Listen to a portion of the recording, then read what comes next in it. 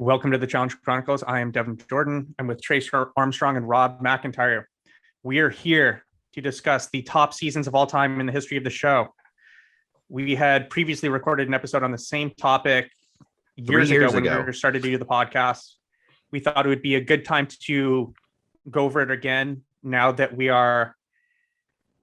watched a lot more of these seasons, right, as we've gone through the Chronicles. For newer people that listen to the show, you may not even be aware that we do that. We've recapped all of these seasons from the original Battle of the Seasons all the way through. We're about halfway through the Ruins right now. So we're a little bit more informed on being able to rank these. A lot of these are a little bit more fresh in our minds. There are definitely some that I wish we would have gone through the same process that we've done through a lot of the older seasons because they're kind of right on the fringe for me. And even now, could go either way on kind of where they're ranked. Trace, you said that I guess first of all, if you want to become a patron, you can go to patreon.com/the Challenge Chronicles, subscribe for $4 a month. You can listen to those Chronicles episodes that I just mentioned now, get a lot of other bonus content. Next week for the patrons, both episodes next week are going to be patron episodes. So we're going to do this one public just because it seems like this is a good one to have public. And then Rob and Trace recorded with Ben from the Off the Hook podcast earlier today, an episode on the Challenge CBS and the different cast members that will be on that season. So look out for that as well. Trace, you had mentioned that this was yours moved around quite a bit as you went through this. Give us some insight. Well, I rewatched over the fall. At the time, I had a ton of work projects going on, and I was staying up till stupid hours of the night. So I watched season 1 through 30 between September and November. Yeah, I went all the way back to Road Rules All-Stars and watched through Dirty 30 this past fall. And so during that rewatch, I had a lot of changes of heart on certain seasons. And then it's also been just fluctuated when we were doing the Chronicles. You know, we did this show originally 3 years ago, and I was going off mostly just my happy memories. I hadn't watched a lot of those seasons in a while. And what happened on this last rewatch is I felt like I had underranked certain seasons. And then as I started compiling my list, I went, even though this was in my top 6, I would actually rather watch this one instead now. So I think almost most of my top 6 fell into like the bottom half of the top 10.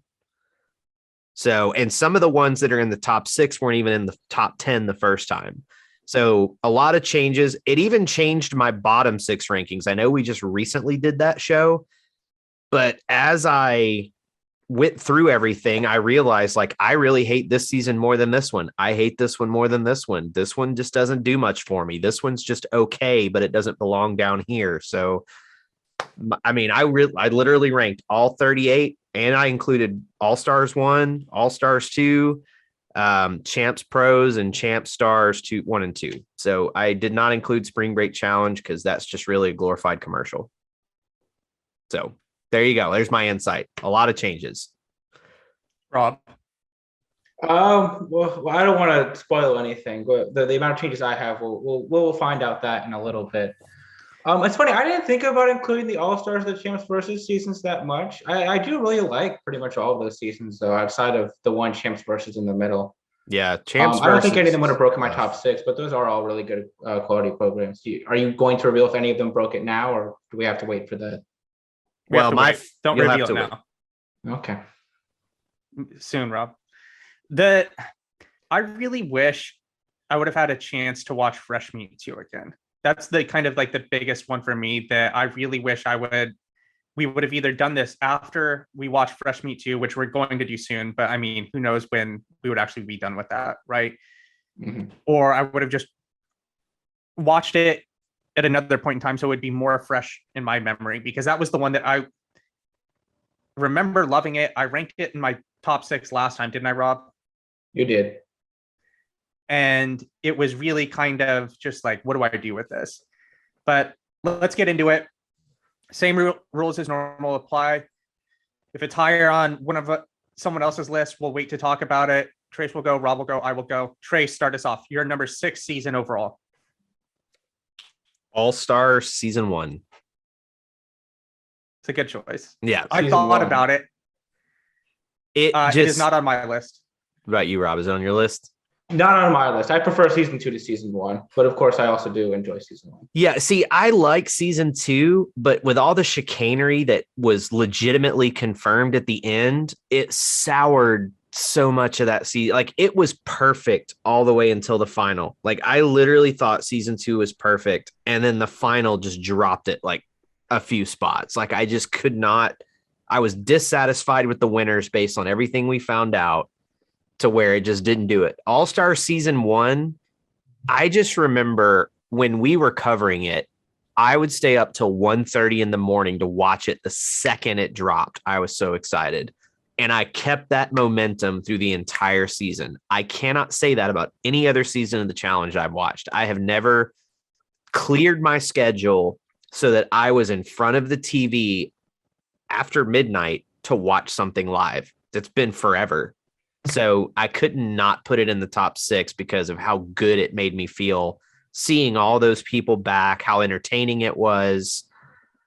And it was one of the best new formats for a final they've ever done. So like, it was a satisfying ending after a satisfying season. So it made my top 6.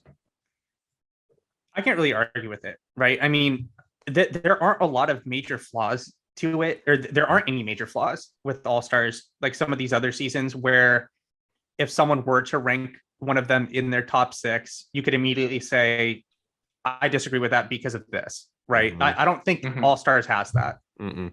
The only thing that keeps it from going higher in the top 6 is if politics were really happening, they were not shown on the show. So either everybody was cool with, well, person in the sand gets their picks, that's who we're going to vote in. Like, if that's really the way it went, then if there were more politics, I wish they'd have shown it because it might have gone higher. But as it was just fun start to finish. But it kind of is hurt by its lack of political gameplay. The only real politics was everybody vote Kendall in because we don't like her. I mean, there was that whole aspect remember with like Anissa and Hisela toward the end of the season? Yeah, when they got into a big fight. Yeah. And there was also some good fights there. Like Trishelle and Katie had their blow up in the middle of the night. You had someone trying to throw Yes under the bus because he hadn't gone in yet. Like, there was some good dramatic moments. Arissa with the entire rest of the production staff. Yeah, Arissa being Arissa.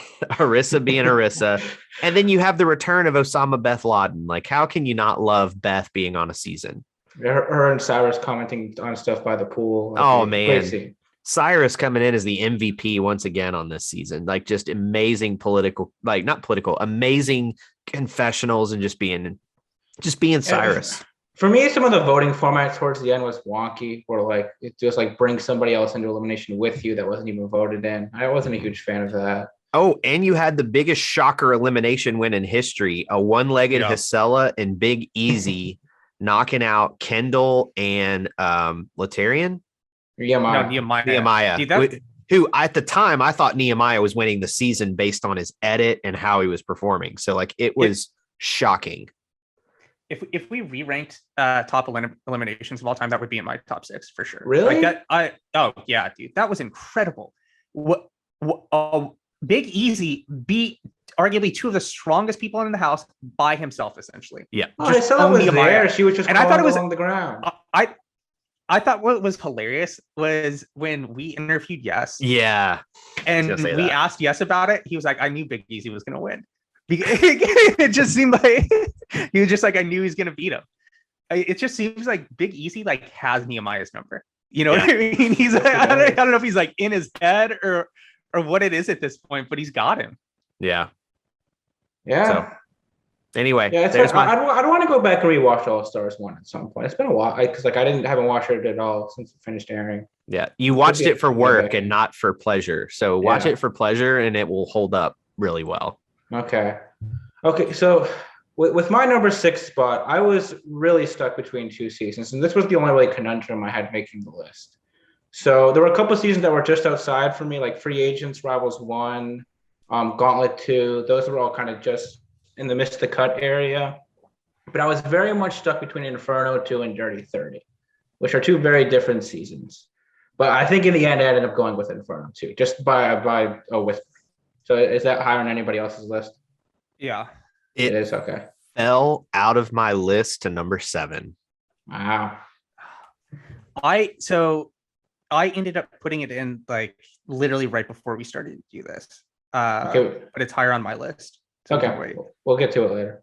All right. Number 6, Devin. My number 6 season, Gauntlet 3. Should come as no shock to anyone. Trace, is it higher on your list? It is. Okay. Is it higher on your list, Good. Rob? It is not higher on mine. No. I love how the first time we did this, somehow Trace was higher on the island than I was, which I thought was hilarious. Yeah. After all that. All right. So here's the thing. It's my number 5. So let's talk about the Gauntlet 3. Again. All right. Look, we'll keep it brief. We've talked about this a lot. We'll keep it brief. Yeah. So we won't like re-illustrate all of this. We won't for people that are newer to the show, we have spent so much time talking about Gauntlet 3 in the island. We've litigated this about.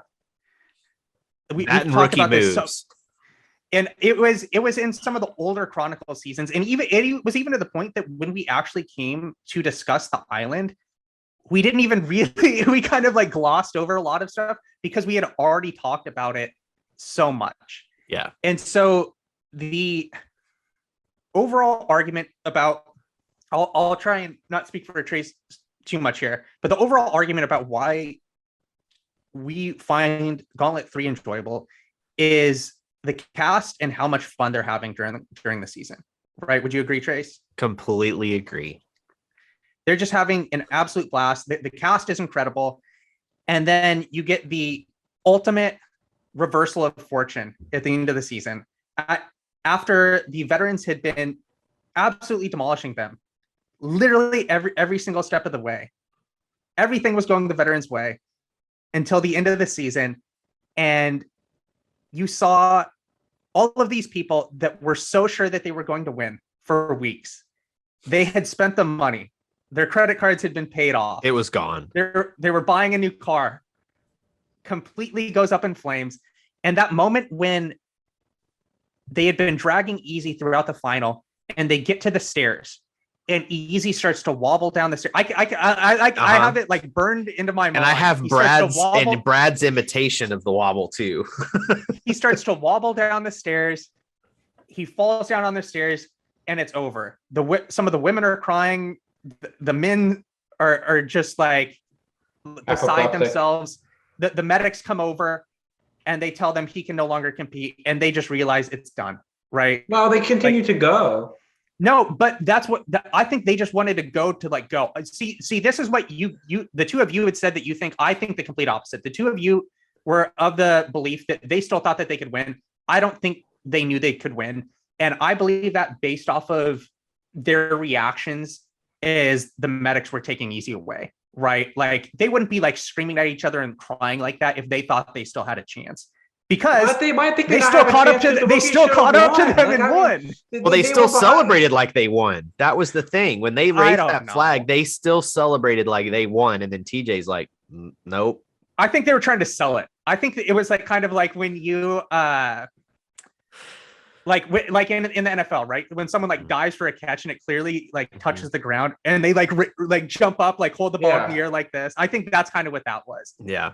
The Gauntlet 3 also, besides just the cast having so much fun, it's a dynamite cast. Like you really like that vets team is amazing. And even people on the rookies team, even the bad ones, there are still entertaining moments with a lot of them. But Gauntlet 3 also gives you the only time Coral and Beth ever went heads up. I mean, it wasn't a great elimination, but Coral and Beth actually went one-on-one in an elimination, and no one ever thought they would see that, and it happened. Yeah, it was great when it happened too, because like as they were about to compete, there were people from the rookies team. I don't know if it was rookies and the veterans, but it was I remember both. It was your boy Kehoe talking to someone that there was. they were like next to each other, like, wow, this is like really about to happen, because they probably had watched both of them growing up on TV on the real world, so this was like a moment in challenge history. It really we was. We also get all the Danny Jameson moments. Oh, right? so like where do we even begin with this? I mean, I think we talked about throwing of the mission, and particularly the pyramid mission where he's running laps, Correct. thinking he's all so clever. We have to talk about that. That's an all-time challenge moment where they're trying to throw the mission. They need to build the pyramid up, and Danny is literally just running around the pyramid over and over and over, right? Literally doing nothing. And then he's like, "What do I do? What do I do?" And then he runs around again. And then we also, I don't remember if you had ranked this in your top 6 moments or it was the one that you had as an honorable mention. But after Danny decides that he is going to try and strike a deal with the rookies. Oh yeah, that he gets called out for potentially doing that. And after the mission, he is speaking out to the veterans in the room that night, right? Telling them he did not try and strike a deal with them. It's bullshit. It's a lie. And Frank was behind him the entire time. Yep. Who was in the room with the rookies and Danny when he was trying to strike a deal with them. He comes out from the shadows and he's pretty much like, actually, Danny, you did do that. You did try and strike Here's what really happened. Yeah. And watching Danny's face just be like, oh, fuck. Like, it was just TV gold. Danny Jameson is TV gold. I don't care what anybody else says. TV gold. But what's he up to now? He's working in Boston in construction. Okay. We have to talk about CT's throwing the mission. I think I like this more than both of you, but I don't know why I think it's so funny. Oh, and he puts his hand in the water and just goes, no, nah. two. So there's two this season, right? So the one that you're talking about is the same mission that Danny tried to strike a deal with the rookies. They have to jump in the ice bath, stay in the ice bath for X number of seconds, and then jump out, go back in the back of the line and repeat it, right? They just repeat it until no one else decides that they want to compete any longer.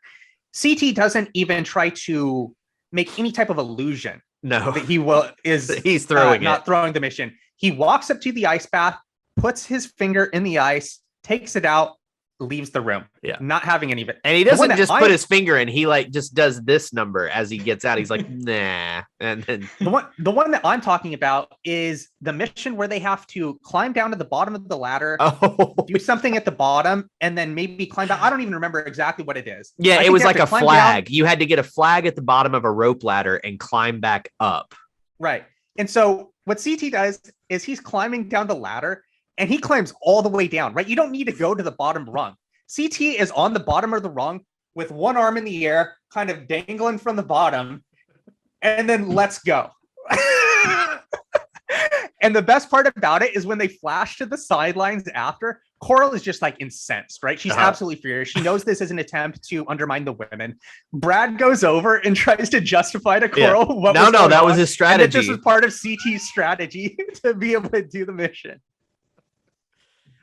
We haven't done top 6 CT throne missions, have we? No, we just need to do a show dedicated throne missions. But we need to omit CT. Like CT's throne missions is its own show. He's got like 4 or 5 of the top 6, right? Yeah, like he literally is. He had at least 3 because there's the one on World of Worlds 2. It has to be the number 1, right? When he does the yoga poses, which he's supposed to be pretty. Yeah, there's just so much that you could do with just him. But yeah, so it's an incredible season. It's entertaining from start to finish. You will be happy if you are a challenge fan watching this season. I disagree. One of the favorite missions of all time, and it's very similar to the mission in Battle of the Sexes 2, where the men beat the women down one person, essentially, where it is absolutely pivotal or critical that you have candles and master, right? Yeah. Just absolutely essential that you have the same amount of people and they still win. That is very similar to the mission from Gauntlet 3 where everyone is buried underground, right?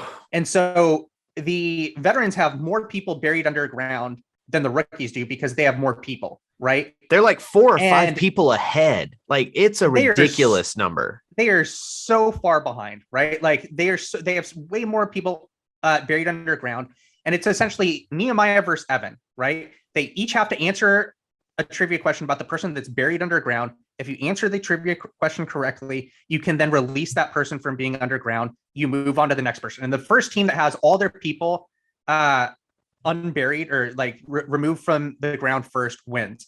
Somehow Evan and the veterans win. Right, and they win, and everyone just goes fucking wild because they cannot believe that somehow they won. Nehemiah was a disaster in that mission. There were so many missions that season where the veterans just like outsmart them, right? Mm-hmm. Because it's the same thing with that mission where the sandstorm, the car. Yeah, they have to push the car and put the planks that like the 2x4s in front of the car to push the car through the sand, right? And the rookies are about to win, and the veterans are just like, fuck it. And they just push the car through the sand and coast past them before they know what happened. Yep. And then you can thank Evan for that, because right before the challenge started, he goes, do we have to use the planks? And TJ goes, no. And Evan was like, duly noted. No, yeah, I kind of remember. He kind of just like, I remember him just like nodding and like smiling. Yep. Like he knew. He knew. He's like, this is how you win this mission. So anyway, we've talked enough about Gauntlet 3, but yeah, top 5 for me. It wasn't even a question if this was going to be in the top 6. It just, where did it fit? And it fit very comfortably for me at number 5. So Rob, number 5. There we go. Okay.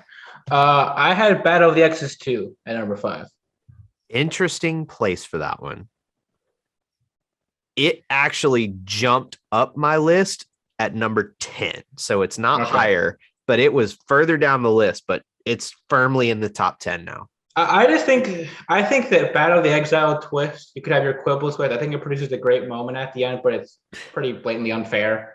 But beyond that, I think it's a really well set up season. I think it's got politics, it's got drama, great competitions. I love the missions and eliminations they use. Very deserving winner at the end too. I think it's all around a great season. So did you have this ranked in your top 6 last time? Yeah. So I did what Trace did, right? And I kind of just like put all the seasons down, and I just kind of. No, I did too. I didn't include the spin-offs, but I did a similar thing. And Rob, like I had this way down. Like I'm. You don't I like Exes 2? I need to go back and watch it. You need to go back and rewatch it. I think Exes 2 is outstanding. You really should go back and rewatch it. And it held up so much better on the rewatch than I can even begin to tell you. Wes pitches a perfect game of a season until Bananas returns from exile. And it is one of the perfect challenge moments. We've talked about it before. When they hear that there's a twist and Zach and John A come out, Wes even says audibly, it's going to be Bananas. And when Johnny Bananas jogged down into the light, Wes was like, I'm fucked. Like literally, like done. And people don't ever talk. That's about as good as somebody's gotten on the season, right? Because he pitches a great game. And then even Teresa gets to come back into the season and he doesn't get a chance to. Bananas said it when it happened. Wes looked like he saw a fucking ghost. Mm-hmm. Yeah, I need to watch that. That's one of my. Have we done favorite moments of all time? Yes. Yeah. When did it was in my top 6? We did this like a month ago. It was in my top 6, man. We both had Laurel with the Suck It as our number 1. Okay. Yeah. We've done like so many of these, but like I don't a lot of shows. I don't know if it even occurred to me to rank that one, but it should have. I loved that moment when it happened. That's incredible. That's the same episode too as the huge fight Naya and Nani get in, where it's like as explosive an argument as you've ever had on the show. That might need to be a best episodes ever watch. That episode is. I was going to think about it because there's a lot of great stuff from that episode. Because you have the exiled elimination where Bananas comes back. You have the Naya and Nani fight. And then Wes goes home and gets eliminated at the end. Well, that's the next episode. Oh, it's the next episode. Yeah, they do a to be continued before Wes's unfortunate demise. Yeah, I just think it's a great season. It's got all the competitions you could want. You've got all these different drama. You've got relationship drama with Zach and Jenna. And then remember Jay and Janae are hooking up on the side too to get back at them.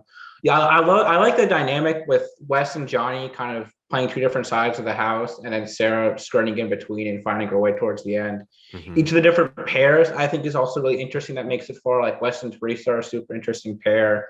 Sarah and Jordan, I think people forget how much they fought that season and that they really didn't win anything until towards the end of the season. I think they win one mission early on, and then they really kind of hold their water until the end.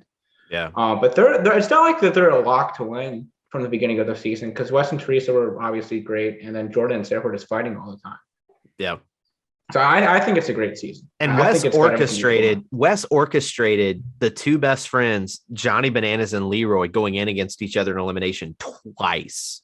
Like just such a scumbag move that worked. Well, he did it once and Sarah did it once. Yeah. Yeah. Oh, that's right. Sarah did it the second time. And I mean, Leroy obviously has one of the better performances of all time in the first run of that mission. When he it's incredible how fast he goes down that thing. Yeah. So it's a great season. Like I think it's a great season. It skyrocketed up. I cannot fault you for putting in your top 6 at all. It was in the 20 range when I did this the first time. It hit number 10 this time. It is a people just forget about it for solid some season. Like people talk about X's 1 more than X's 2, and X's 2 is 1,000 times better. Yeah, X's 2 is waste. Like X's 1 dropped like a rock in my rankings. Like it was in like the top 15. Bland.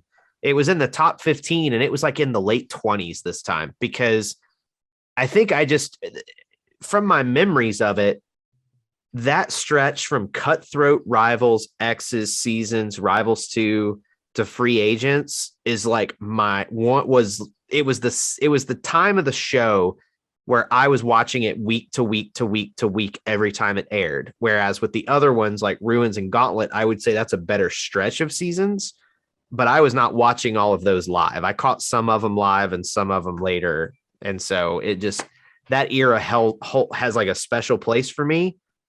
But when you rewatch X's 1, it doesn't even come close to X's 2 in quality. Have you seen it recently, Rob? X's 1, 2. I've seen it decently recently, probably within the past year and a half. Okay. I don't know if I watched it all the way through, but I watched a lot of episodes. All right. My number 5. Inferno 2. Oh, okay, here we go. Yep. Go ahead. Like I said, it dropped out of my top 6 to number 7. It's just, I think it's another one of these seasons where there's just not a lot of holes. Like you could pick, I guess you could pick this with the format and that there's only elimination every 2 episodes, but you've got a lot of great moments, 2 really interesting teams with different dynamics, great cast. Like there's all-star cast on both the men's and women's side. Yep. Some really fun eliminations. Like you got Abram versus Brad is really fun. Veronica and Jody have a really good elimination in that one too. Plenty of great fights. Like you've got Devin's favorite, the wedgie fight. You've got the fight where Veronica's mad because the good guys switched the vote. Whatever happens with that. I wasn't even going to bring that. I mean, you're forgetting one of the biggest ones. You're forgetting Beth versus Tanya. Yeah, of course. And Tanya throwing Beth's clothes in the pool. Yeah, exactly. Yeah. Yeah. You're also forgetting. Well, you haven't forgotten. I think it's a matter of time before you get to it, but. The path to God is straight and narrow. Yes. Yeah, of course. Yes, there's that. It's fantastic. You have everyone's favorite mission, Shirt Off My Back, too. Yes. Takes place. Oh, my God. How could we forget? Pick up your shirt at bigdubdiesel.com. That's dub with 2 B's. If you pay attention, you can get that shirt for $15 when it's on sale. So check it out. This is also the Miz's last season. I think he was somewhat of an overrated competitor during his time on the show, but he's certainly a big character. He is overrated as a competitor, but it cannot be understood how much of a reality show icon he was. Like his presence as a character carried the show. Yeah, I think people definitely forget how big him and Coral were. For sure. I mean, they were it. Like if you ask people, Coral, Mark Long, Miz, like rank the 3 of them in terms of importance. Most people would put Mark Long number 1 now. I would say that the Miz and Coral are more important than Mark Long. I think for sure. No offense to Mark Long, but Mark Long's done 4 seasons besides All Stars? No, Coral and Miz way ahead of Mark Long. I mean, because Mark Long did what? Sex is 1. He did Real World versus Road Rules, which was season 2. He did Duel 2, he did Gauntlet 2, and X's 2. So he was only on 5 seasons. And then he hosts seasons 2002, and he's on one of the first 4, right? He's on Extreme. He's on number 2. He's on number 2, which is Real World versus Road Rules. You're right. So he was only a cast member on 5, and he hosted 1. So like in terms of importance, like he's important because he started all this shit with Road Rules season 1. He's also essentially responsible for All Stars. Yeah, he's almost single-handedly responsible for All Stars. Yeah, but like I think it's just a great cast, good format. Dan Renzi, we have Dan Renzi, like so when we went back and rewatched these, right? I did not remember how good Dan Renzi was. He was Dan an Renzi MVP. He's just on fire the whole season. He's just like his confessional is top 5 confessional Easily. person of all time. He's great. Yeah, How has he not been back on anything? It's well, he was supposed to be on the All-Star shows, but he's a nurse and he would not travel because he had patients because of COVID. And I think he was an alternate for season 3. Season 3. And I'm like, how the fuck is this man an alternate? But They then had I to had get to your go buddy, back and I look Ryan. at the rest of the men that are on there.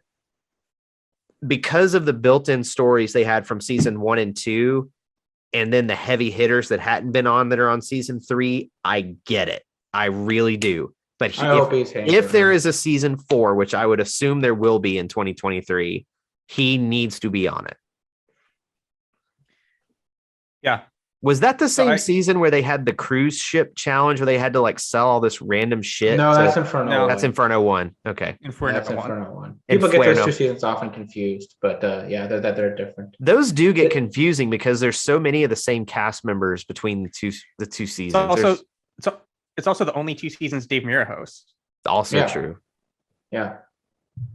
So I love Inferno too. I think there's a ton of great moments. It's a great honor to watch. Having the original version on my Plex server, but also having the remastered HD versions on P Plus is solid because there's a few edits to the Paramount Plus version.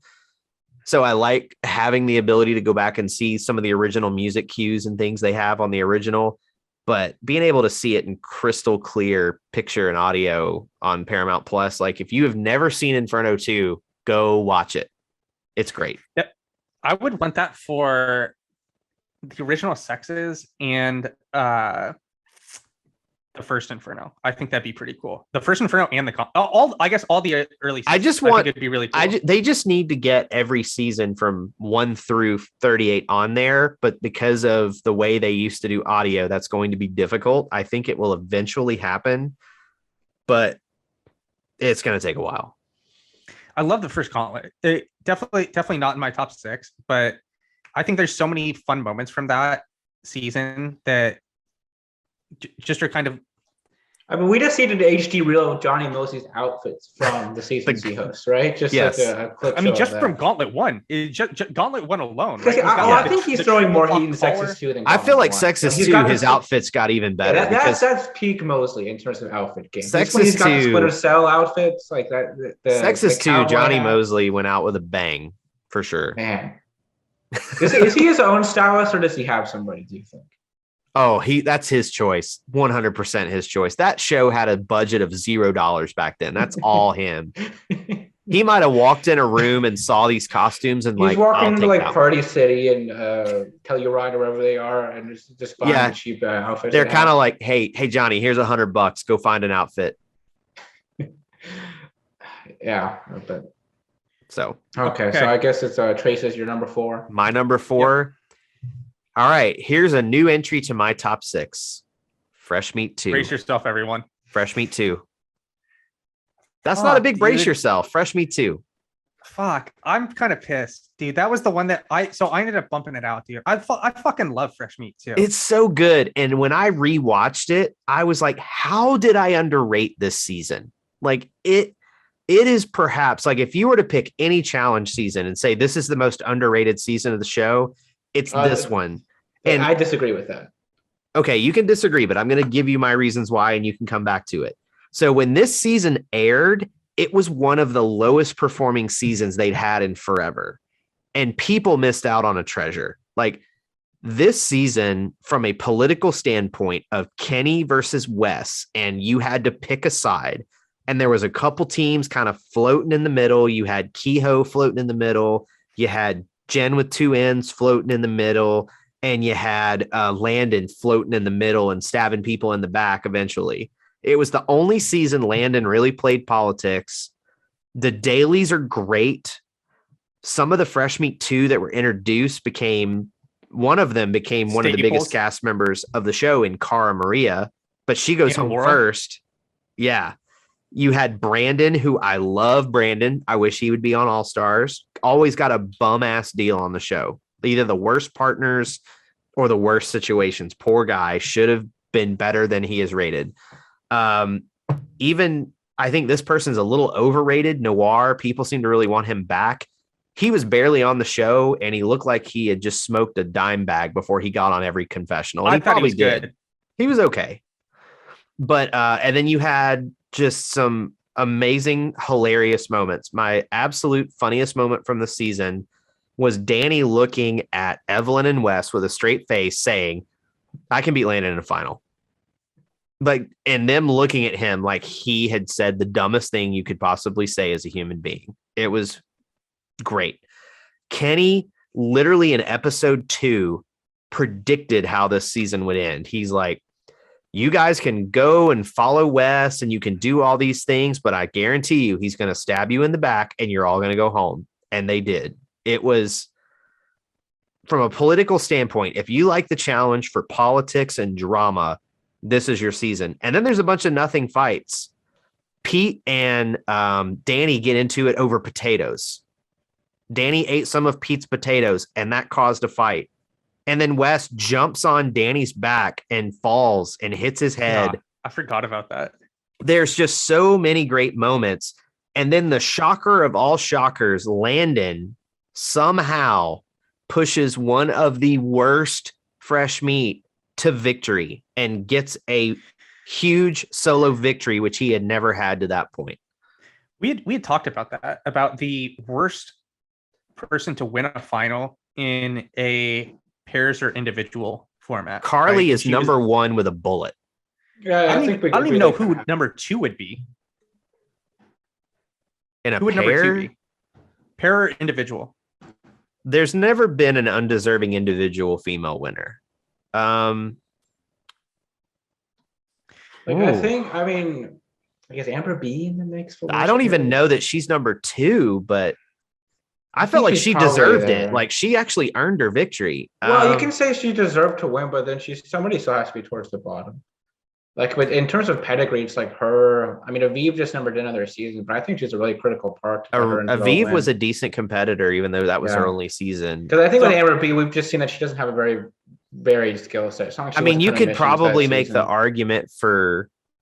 It wasn't a pair season, but you could make the argument for Tori Hall. You could make the argument for Johanna on Gauntlet Okay, well, 3. that's just That's a different. We're talking team teams. season, but Yeah, like it's just, if we're talking teams, like Individual or okay. pairs? individual Yeah. or So, pairs. I think it's- for the men, I think Jamie Carr's cousin kind of has to be the worst, just with how things look. I don't think he's a bad competitor, but it's just everyone else is just clearly not the worst, so he kind of has to be him.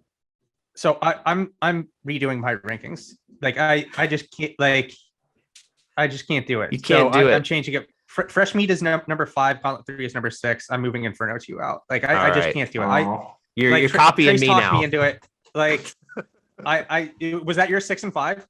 Yeah. Oh no, Hey. your 6 was All Stars 1. Oh, that's right. But Gauntlet is 3, but I moved Inferno to number 7. That's what I mean. Is like you moved Inferno to number 7. It's been a while since I I've mean- seen Fresh Meat too, but I've never thought that. We're about to watch it. I'm telling Yeah. you, within the next probably 8 weeks, I just we're I watching don't find it. the politics as interesting as other people do, because since Kenny kind of wins all the time, it's more anticlimactic to me. And I also don't like the Exiles as much as other people do. I much prefer the Oh, Elimination really? Squares. Dude, I love the Exiles, and I actually I really want love the Eliminations Exiles on head-to-head, and this I want the crowd to season. be there. I don't like. I mean, ideally, yeah, the crowd is there, but I do kind of like how it is head to head, right? You are competing directly against someone, right? Like we do see from the audience perspective, it's a little bit easier, right? Because we can see like whether theoretically whether or not some like they can make it look like whatever they want to look like, right? But like we have like a better indication of what's actually going on. And this version of the Exile 2 is far superior to the first one because you had the stupid baggage thing in the first one. Like this one, they just all have a set amount of weight that they put in a backpack. And what I also love is it wasn't always a linear race from start to finish. The teams would go in opposite directions. And so you couldn't pace yourself because you could tell where the other team was. You just had to go. And if you didn't go, you might lose. And then you had a couple of them where they had like the buckets on the bar and they had weight in the buckets.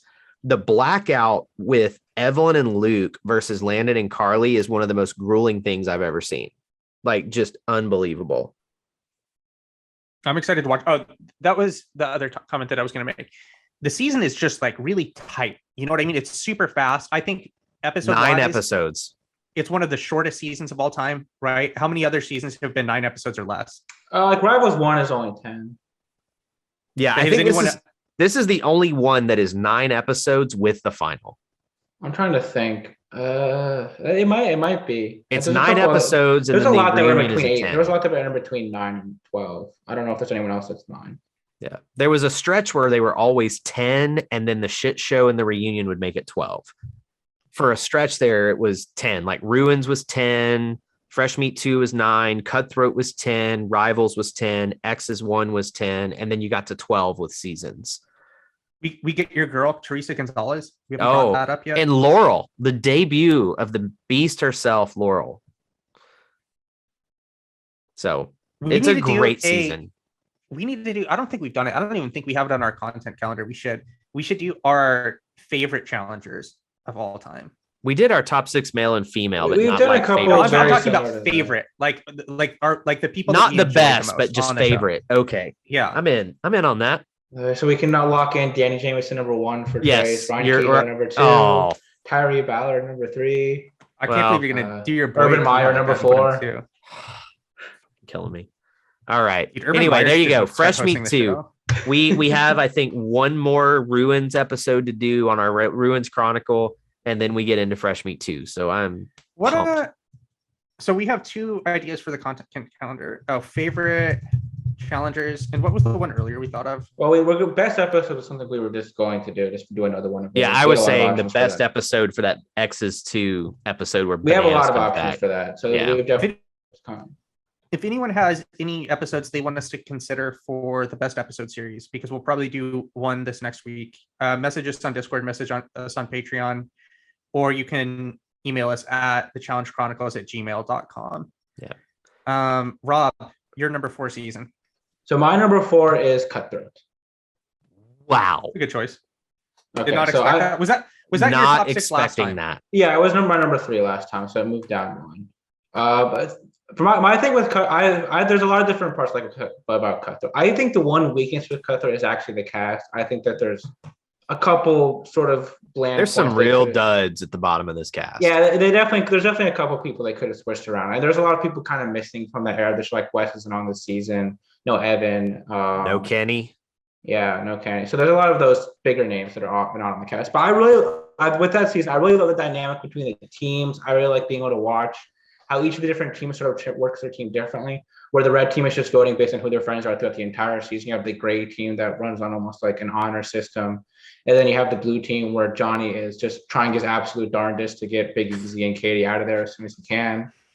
You have a couple great moments. You've got the whole plot with Sarah and Laurel trying to throw missions on the gray team so that they can get rid of Kara, and Abram screaming at them the whole time. You have obviously the Johnny Brandon's backpack, which is a huge moment in the history of the show. There's just a lot of great moments with that season. I mean, the way the format plays out and a couple of those big moments, it made it up this way. Oh, it's a solid season. I think it was number. Let's see. Gosh, I'm trying to find it. Yeah, I had it pretty close. I had 7, 8, 9. I had it 10. Wow. Mine, it was 24. 24? Wow. What? Trace, you got that's absurd. You got Inferno 3 ahead of it? No. Hell no. Inferno 3, it was actually higher on the list than I expected at 29. But when you look at what's below it, you're like, yeah, that makes sense. Battle of the Bloodlines is ahead of it then, Trace? By 2 slots. That's ridiculous. That's ridiculous. As somebody who Battle of the Bloodlines was their first season. Bloodlines is ahead of Cutthroat? No. I said Bloodlines is ahead of Inferno 3. Oh, okay. No, Cutthroat is ahead of Bloodlines. That's more defensible. So well, 24 what's right ahead of Cutthroat for you? Like, yeah, what's right like ahead the of 3 seasons. Yeah. Seasons. The 3 that are right ahead of Cutthroat. Yeah. Rivals 3, Total Madness, and Inferno 1. Disagree with all 3 of those pretty strongly. Yeah. Like, it's way better than Rivals 3. Rivals 3, nothing happens. Total Madness. Well, is you like You the Total say most- that. Madness, You Trace. say that. I freaking loved it on the rewatch. Like I thought it was a Total great. Madness is like the most depressing season ever for the second half. of Well, it. see, Really I nothing have happens. my reasons for why Total Madness is great. Like to get the Johnny and Wes It's working great? together for the first time. Okay, is it one of? It's in the 20s. Okay, like we're not talking like it's in the top 15. It's in the 20s out of This is an 38. egregious seeding here. It's from at the Chris halfway Armstrong. point. My point with Total Madness of why it would be higher than some of these others is because just having watched the show from close to pretty much its inception, I watched the first season as it aired, Road Rules All Stars, and to see the evolution and to see Johnny Bananas and Wes enter and for the first time ever cooperatively work together.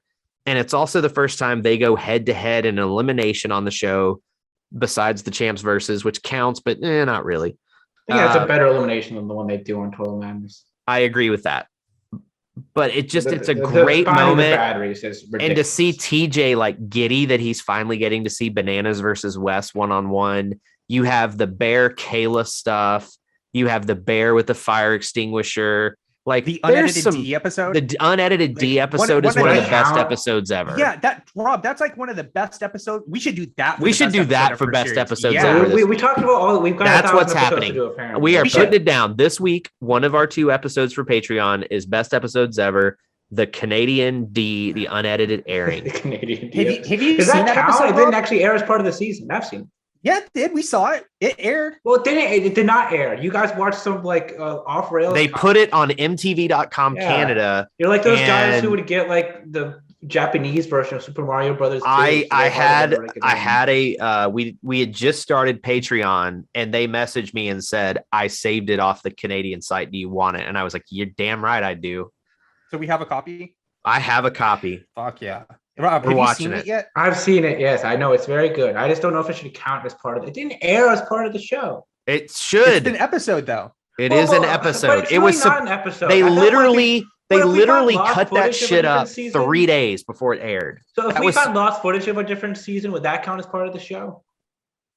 If we find Lost- lost footage of Spies Like This Now, was literally it's supposed like the to most air incredible content that we've literally 3 days before this episode. Like it had been edited, it was sent out, it was ready to go out and be beamed to the nations, and then they had to cut it down with 3 days to go.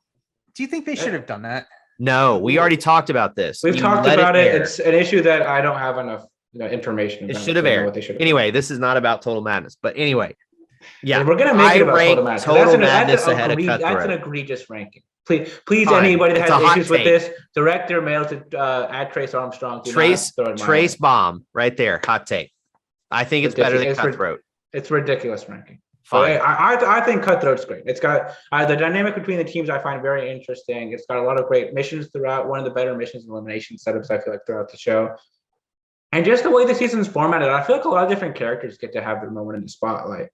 Like sometimes it's nice to have a season that's really focused narrative, but the way the season is structured, it feels like you really get to understand who the main players on each team are, how everyone, like all the other different characters think about that, what their stance is in relation to their team. Yeah. I just really like the way that's set up. Well, I think one thing, and this is what the producers need to consider, is the 3-team dynamic made the show very unpredictable, and the secret vote also made things a little more unpredictable. Not like they've done on Double Agents, like where you eventually see who voted for who, or the people that win the day get to see who won. Like you could literally tell 3 people, this is who I'm voting for, and go in there and screw them in secret, and no one would be able to figure out exactly who flipped.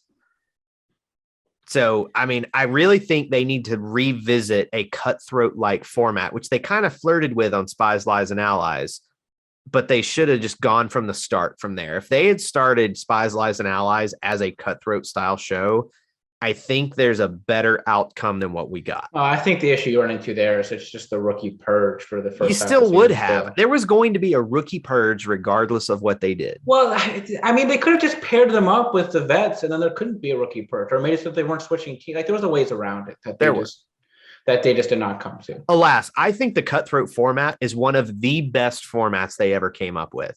They need to revisit it. It's a great I think it's the format. only way you can conceivably do a team season at this point. I think anything else, you just have people throwing missions constantly. It's really hard to set up the incentives correctly. Yep. All right, Devin.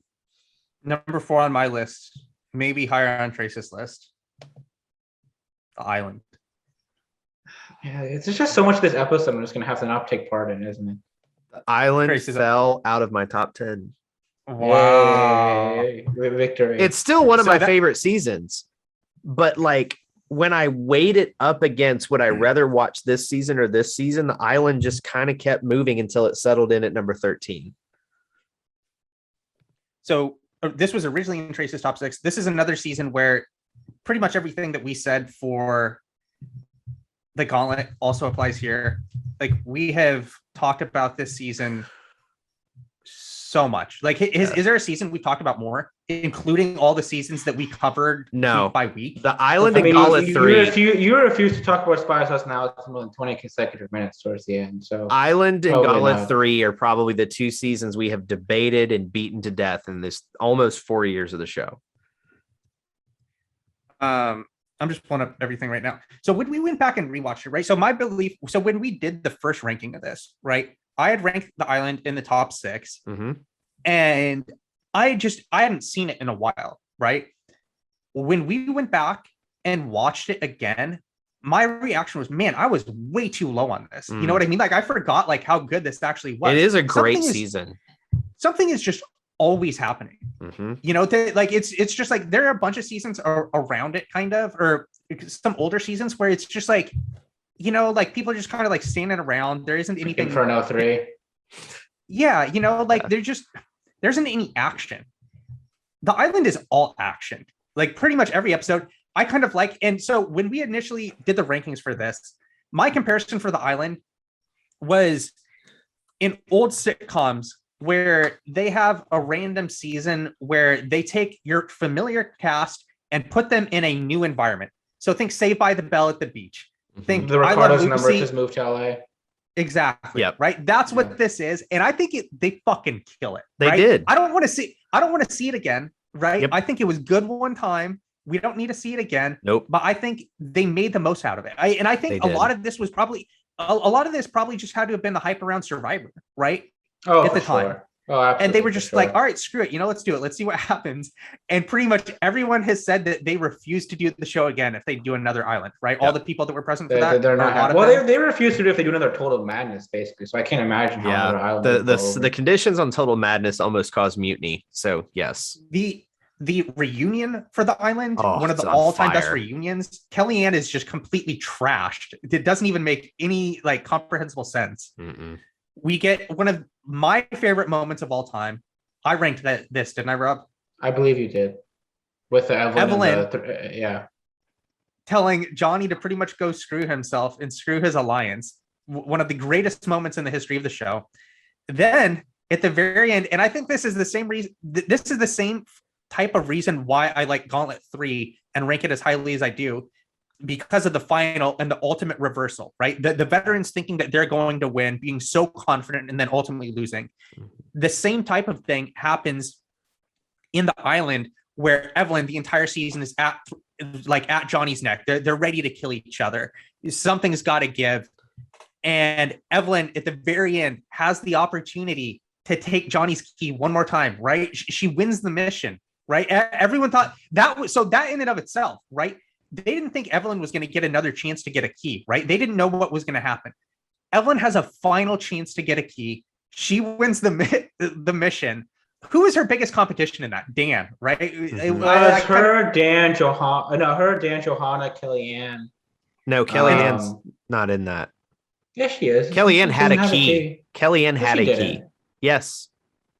No, She didn't? She got it taken.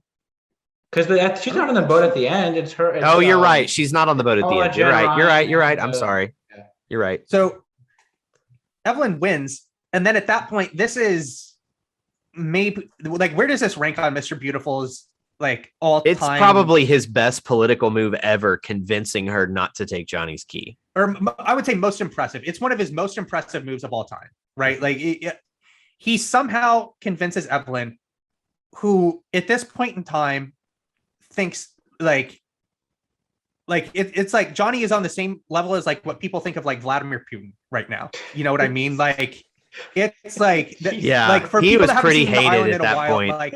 like, A lot of people still like- hate him from that moment. Yes. and Johnny has come back since then and said, you can't judge me based off of this. Everyone has bad moments, right? And let me definitely And he say never that, right? excused his behavior. Like he said, I was wrong. And he was like, even my girlfriend's dad at the time was like, hey man, this is fucked up. And to Johnny's credit, were there moments where he was questionable? Sure. He never got close to this type of behavior again. So Mr. Beautiful convinces Evelyn to not take Johnny's key. Evelyn takes Dunbar's key, which is kind of humorous in and of itself. And then you get the moment where, everyone kind of loved that, right? Yeah. Then the moment comes where they finally figure out how they will decide who will be on which boat, right? This is something that they thought about the entire season. How are they going to decide who gets on the boats? TJ tells them that they get to choose the boats. Everyone kind of looks around. It's a ridiculous decision. This is on the heels of Gauntlet 3, right? They had just been through Gauntlet 3. Everyone saw what happened. They wanted the sure victory. They didn't want to fuck around. Mm-hmm. The final bout, Derek, Evelyn, Johnny, Kenny, they dominate. It's over. We also get earlier on in the season, everything with Tyree. We can't forget that Tyree's not on the season. Tyree standing on top of the table, dusting the table off. Or just his epic fail on the face-off. Him being accused of throwing the mission by yeah. Him just being so bad to the point in the mission where Johnny needed. So the first time that Evelyn took Johnny, or the only time, I guess, when Evelyn initially takes Johnny's key, in the face-off leading up to that, Johnny needs Tyree to win. Tyree, it's essentially it's essentially who can jump the furthest. That's what it comes down to, right? Well, there's some flank strategy too. Yeah, I know, but like Tyree has to jump. Evelyn would not have been able to make the jump, and all Tyree had to do was take a giant step and fall forward. And Tyree runs up to the gap, like just chickens the fuck out, leans forward, kind of starts falling towards the water, puts his hands on the rails where planks had been taken away, and fucking DQs.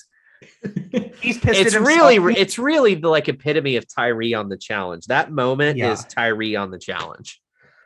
He starts walking to the shore, and Johnny calls him out for throwing it. He's like, "Did you throw that?" So what do you have to gain by throwing it? Yeah, he had nothing to gain by throwing it. He's just that terrible. He just thought like everyone was out to get more than you think, though. People being accused of throwing missions they very clearly did not. Like remember on Total Madness when Nelson screams at Anissa about her losing the little like flag they had on the Fast and Furious mission.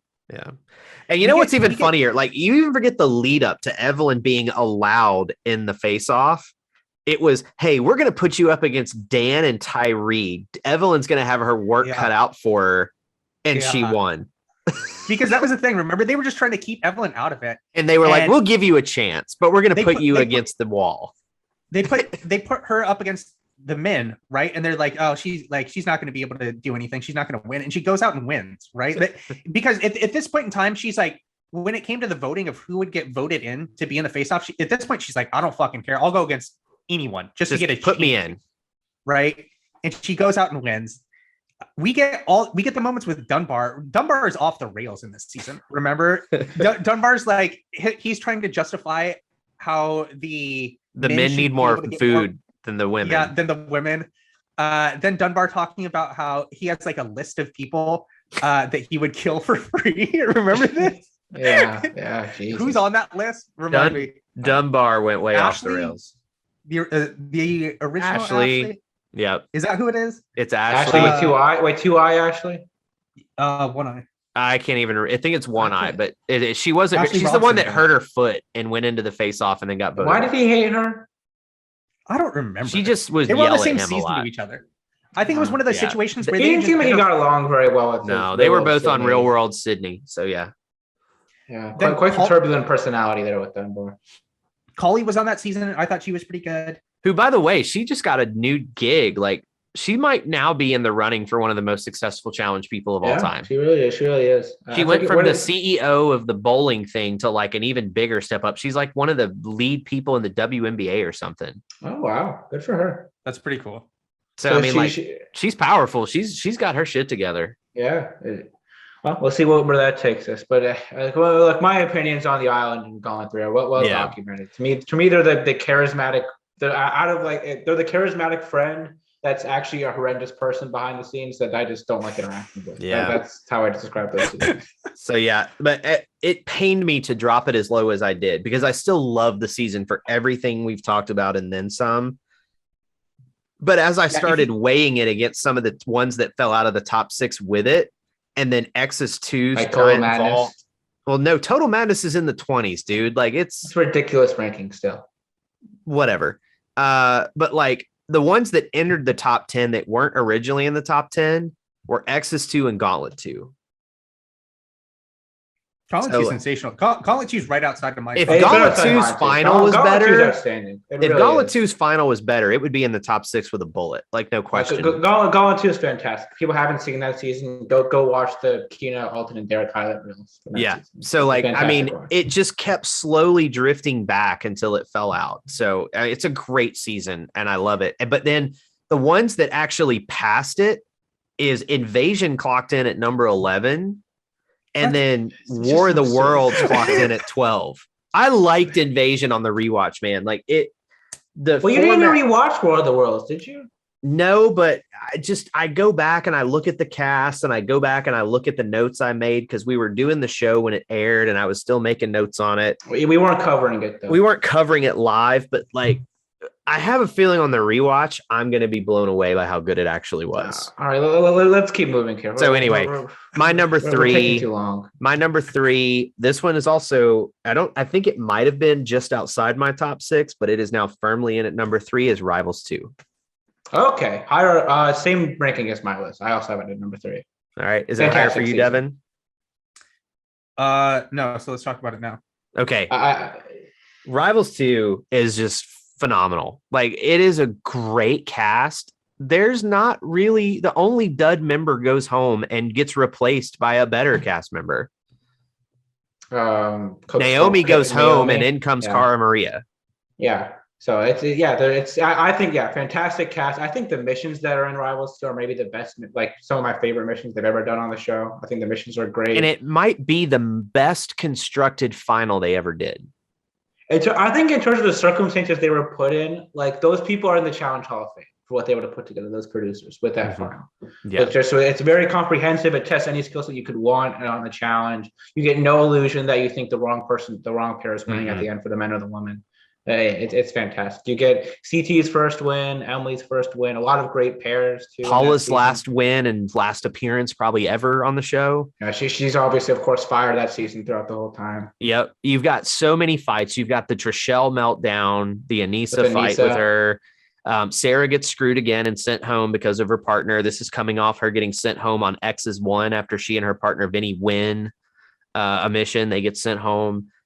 You get the Marlon and Knight fight. You get the Jimmy Knight catch-up incident. Fight, yes. You get CT hooking up with Anastasia and then her passing out and TJ saying maybe you shouldn't smoke cigarettes and not eat. Like just one of the most callous things you could say. It's just got some bangers. It's got some great eliminations. Like the mission where they have to wear the shock collar and like find their way through. Trace. It's fantastic. Fantastic. Awesome mission. You've got like the Frank Jordan fight, which I think people kind of forget about, but it's an awesome rivalry when they're on the show. Like there's a lot going on with this. Yep. I think it's even the mission where Zach and Trey get DQ'd, the elimination. It's a great elimination. Yeah, when Zach chucks his head into the stands. Like it's just chaos personified. It just every bit of it. And then you also get the famous quote from Johnny Bananas, "All's fair in love, war, and challenges" that they've played ad nauseum. The Bananas bobblehead gets his own confessional. That's also true. You've got CT and Diem, even though they had kind of reconciled on X's 1, like the budding of their romance until her untimely passing started here. Diem, it's kind of sad in retrospect because she had just come off chemo, so she was on all kinds of drugs and she was going through a forced menopause. So she was on all kinds of drugs and stuff to just get through the season. but she gets into some stellar arguments on this season. Like, just she is a battle axe. And then you get the You forget about Camilla too. Remember the fight where Camilla like is trying to break down the glass wall that when like the girls are like tackling her when she's on the beanbag. Oh my gosh, it's so good. And then you also people forget about the drama on that season. There's so much going on. You get the Leroy Teresa hookup. Oh yeah, when then they write the stuff on Wes's bed. And they have the fake Wes. They put like a fake Wes in the bed. It's so good. Like you get like it's the one season Hook and Ron are on. You get Jordan's first season, and then he's as Jordan can be that whole season. Yep. And they actually gave consequences to the men when they would throw it on women's days. They made CT and Wes go first. It's CT the and next Wes one and go around. Knight. Yeah, they made them go first. They don't want the triple X mission, wasn't it? Yeah. Yeah. So anyway, stellar, just a banger start to finish. Another season people sometimes forget about, but absolutely outstanding. Go rewatch it if you've got time. What are your thoughts on Rivals 2, Devin? Yeah, I mean, this is one of those seasons that I need to watch again. You know, like I think I watched it when it happened. I don't think I've ever watched it again. Like, I remember enjoying it, right? It was the reunion, of course, is fantastic, which we just covered. The what? The reunion, of course, is fantastic. The reunion, which we just covered. Yeah. I mean, business. It was firmly in my top 10 last go round, and it like sprinted its way to the top 3. Like, it was so good. Just everything about it is good. There's not a weak moment in the entire season. And even when they don't have an elimination, the fake out they do where they think that they're going to like shock the contestants, and Carr is like, it's not that bad. It just kind of feels like tingles when it's on your nipples. And you're just like, wait, what the fuck? So good times. All right, Devin, number 3.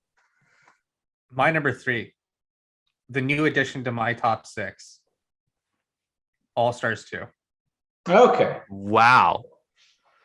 Higher on anyone else's list? No, it's not higher on mine. It's number 12 for me. Yeah. Now, if that final, like we said, or I said earlier, if that final does not have the chicanery it did, it would have easily bumped All Stars 1 out of the top 6. I don't know. For me, like that makes it like even more memorable, right? It makes it so much more interesting to me. Yeah, like there was like one episode that wasn't great. You know, it was like the second episode that was like whatever. Every other episode in that season was like really good, really good to incredible, right? Yeah, because the Steve Minky episode, it was like episode 3 or 4, is one of the all-time best episodes. Yeah, because I remember saying this. I watched it 3 times before we recorded because I loved it so much. It was that good.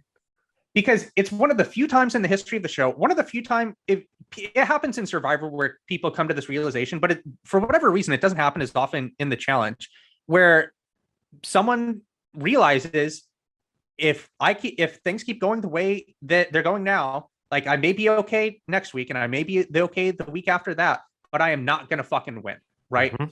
If things keep going the way that they are. He realizes it. He actually does something about it. And he puts the 2 of the best people in the house against each other.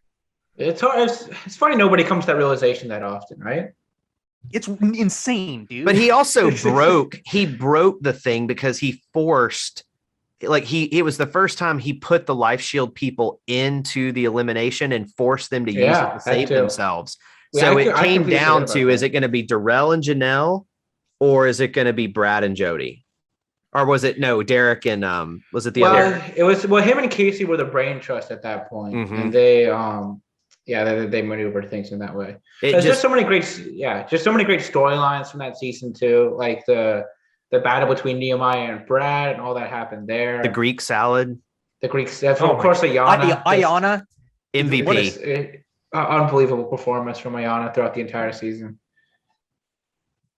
It's an excellent watch. Just that final hurt it for me, and very competitive throughout, right? Yeah, so very competitive. Even there were a lot of good teams, right? And it was still competitive. At no point in time, there was a stretch kind of where it seemed like Brad and Jody were punching down on the rest of the people in the cast. But one of the biggest choke jobs in challenge history, their pairing. Right, they ended up not winning. That elimination was absolutely incredible, where Brad and Jody went home. that episode was really good because that was the episode where they really started to. Oh yeah, we didn't even think about this, right? The episode where Darrell and Janelle beat Brad and Jody.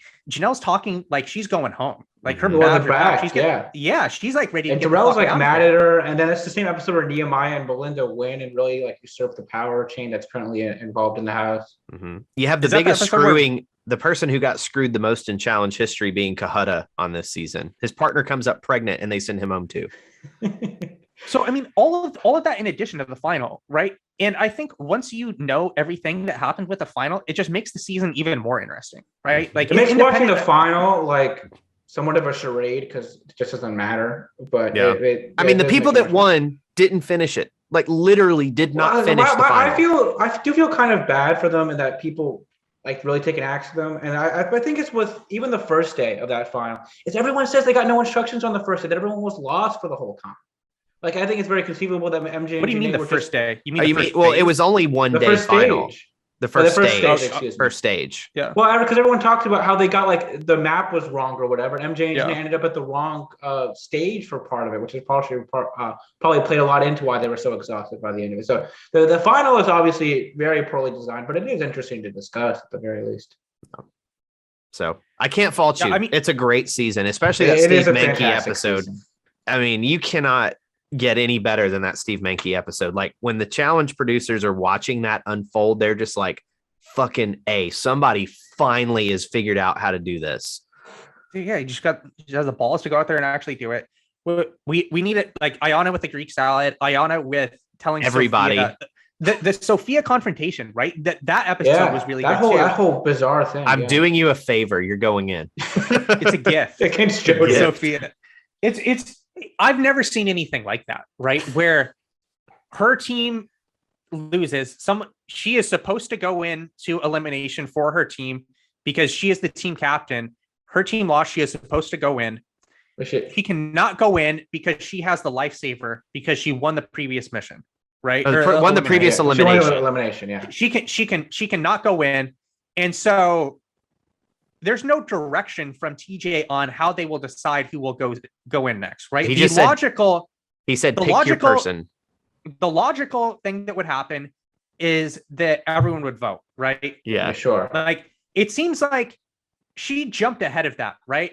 She didn't even give people the opportunity to say, let's vote. She goes, I'm gonna pick Sophia. It's a gift. And like no one gets in her way because everyone's like, all right, It I ain't don't have me. to pick my neck. I don't have to say a name, right? It Yeah. wasn't me. I don't have to say a name. Like, screw it. And dude, someone could convince me to put this number one, to be honest. That's how much I like this season. Yeah. And it was really a breath of fresh air with everything else that we'd had to cover over this period of time. Oh, I when can we're only hope all covering sorts- Spies, Lies, and Allies at the same time, it was like, fuck me. This show is so much better than Spies, Lies, and Allies. At the time when I said ranked Spies, Lies, and Allies the worst season of all time, when it was like what 2/3 of the way through, it seemed comical. But now, hindsight, you were correct. Final a lot of Reckoning. validity to it. It was Move Final over. Reckoning for me, and then Spies, Lies, and Allies. Well, you had Vendetta second to last, right? No, I moved Vendetta's up because No. Oh, you not Final Reckoning is number 42 with a bullet, and then Spies, Lies, and Allies is at number 41. I disagree with that. The Trace's dog the is gonna final make- for Survivors and Alex is an absolutely horrendous. Like it's a disaster. But I don't Trace's think it's dog's good. going to make an appearance here. Let's Yep. see it. How's its ACL? How does its knee doing? Oh, Sadie, her knee, it's getting better. She's on a sedative, and you couldn't really tell, but the doctor said that she won't be like hanging out with her tongue in her mouth. She'd just be calmer. And it's true. She hasn't barked in a long time, and she's just really chill. But her personality's still there. She still gets excited. Good. She wants to run around, and I'm having to force her not to. The doctor said put her in the crate. That does not work because the anti-anxiety medication did not work. We would put her in the crate to try to keep her from doing stuff, and she would just sit there and shake and freak out. So, Aw. Yeah, screw that. so basically, I just kind of keep her glued to my side. And since I'm at home, sadly, 90% of my life these days, I just kind of hodor her around the house. Yeah. We'll have one dogs episode of the show, or our dogs can just come on and I don't know. But yeah, bark for 6 she'll minutes. be 8 in June. This dog literally saved my Nice. life when we got her. So I love this like a good little girl. dog. Yeah, she's a good girl, aren't you? All right, so Trace, you're number Trace. 2. Oh, we're to me. Okay. Here's the shocker for y'all. This is probably the one that's going to be the hottest of hot takes of the whole Can I guess? episode. Yeah, for I it. want to guess too. Okay, I think it's free agents. That's what I was going to guess. And you would both be correct. There we go. We know our man. There You we do. I remember liking this season tremendously when it first aired, but this most recent rewatch, it reminded me of Gauntlet 3 in a lot of ways. The cast is having so much damn fun and it's super competitive. Like this season is so competitive. It's ridiculous. You get Bananas and Jordan going head to head, and it might be the best all around performance by a single challenger in the history of the show with Bananas here. He had to beat Jordan and CT in elimination, and then he had to beat Zach in a final. Like it. Wow. Zach kind of beats himself in that final. He beats himself on the mountain, okay? Regardless of that, it is one of the most impressive victories because he couldn't hide behind Evan and Kenny. He had to stand on his own, and he came out the victor. I mean, he nailed it. And the fact that he beat CT in a puzzle pyramid to get to the final, just phenomenal. And then Laurel has some of the hot moments with Devin where she's got her hit list, and Devin's like, she is like, Laurel scares me, and I'm very afraid of my life right now of why I should not put Laurel into elimination. There's so many great moments. You've got the weird Kahutta, Johnny Riley, Nani love triangle. You've got the basketball game between CT and Teresa that is just hysterical. They played like strip horse. Yeah. No, it's strip 1-on-1. They're playing 1-on-1. Oh, 1-on-1, but it was strip Yeah. 1-on-1. Every time someone lost a point, they'd had to strip. It was just so much fun. The house was phenomenal. The missions are great. It goes from pairs to big teams to pairs, groups of 4 to, it just, everything about this season, the format, even with the only uniforms. thing, the uniforms were great. The rugby style uniforms are incredible. The colors. Yes. Everything about this season is just so good. Every bit of it. And it's a great final too. It was the introduction of the timed finals, and it's by far the best structured of the timed finals. So there you go. Free agents. By the way, I really enjoy free agents. I think the rivalries between Johnny and Jordan and Cara and Loya are some of the best storylines the show has going for it. I think Devin's great throughout the season. Her commentary is hilarious throughout. The all wig of it. funeral. Wig funeral is fantastic. When Leroy's playing her husband, tells her she can get another wig. She's, not on sale. There's a lot of great stuff there. The only pushback I really have with it is I actually don't like the format. I think it's too random. And Johnny really doesn't really do anything throughout this season. He just kind of skates his way to the final because he doesn't have to go in just because he doesn't pick the kill card. Well, that's because the kill card. That is the one thing that made me consider dropping it further. But in the end, the kill card did not ruin the enjoyment of the season. It's just a flaw in the format. Season. Like I'd have it right behind it. To me, Gauntlet 2 and Rivals 1 are right outside my top 6. So I definitely would. It was very much in consideration, but I think that's the one flaw that brings it down for me. But there's some great moments throughout. Free agents. There's a lot of great stuff there. Yeah. So I love it. It really did vault. It was in my top 10, I think. It was like number 9. And it's at number 2 now. Like, it's a great season. Some people will hate it, and I get it in terms of like you have it too high, but there are very few seasons where I watch every single episode and go, that was really good. That was really good. That was really good. Does That was really also hate really free good. Agents? I find a hard time buying that people really dislike it. I think I don't also think people hate it. It's just hard to follow because I probably in hindsight should have swapped Rivals 2 and Free Agents in my rankings. Because as we were talking about Rivals 2 just now, I'm like, yeah, you know what? Rivals 2 really might be the second best season of all time. And this one would be 3, but I'm going to hold it at 2. Like, it's fun. I love it. Like the 4-episode arc for Johnny and Jordan that starts with the episode. The episode where Jordan puts Johnny in against Isaac and balls in, and which then is hilarious because Bananas just smokes him. Yeah, and then he screams at him, "You're not going to be missing just a hand here. I'm going to tear your freaking head off." That is starting the rivalry. It's a great set of episodes. Yeah, it's good stuff. Yeah, there's pretty much everything that I said about X's or rival. Well, I don't even remember. Pretty much how I feel about X's 2 and I guess Rivals 2 and Fresh Meat 2. You just need to rewatch them. I haven't seen. Well, I mean, I'd love Fresh Meat 2 when it happened at the time, but for Free Agents, I mean, I remember liking it a lot, but it's just been a long time since I saw it. I haven't seen it since then. And it also comes in an era where they had several banger seasons. Like you had Rivals 1. At the time, we thought X's 1 was a banger season. In hindsight, not so much. It was just such an interesting new format that it was like, oh, they're doing Battle of the X's? Holy shit.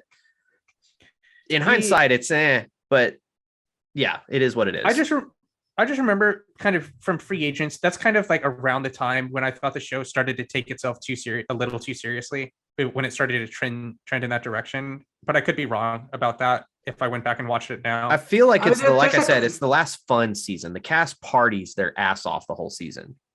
I think they're having some fun on Bloodlines. I think that's all they're doing for part of it, which is kind of the problem. Yeah. So I also liked the location. The location for Free Agent. It's a great house. It's a great house. It's probably one of the top 6 challenge I do think when you go back and you watch some of these seasons, the one thing that I think I think the music choices and some of that stuff from back then. Oh my God. This was the era of dubstep. Yeah. That was brutal. I agree with is bad. If we could just splice in some even the more recent seasons, their music that they use, I think is so much better. Than I agree. The dubstep series is just terrible. We should have brought that up as another mark for All Stars 2, right? The music selection in All Stars 2 is off the charts. Yes. When did the music really improve? I wonder if we trace that back.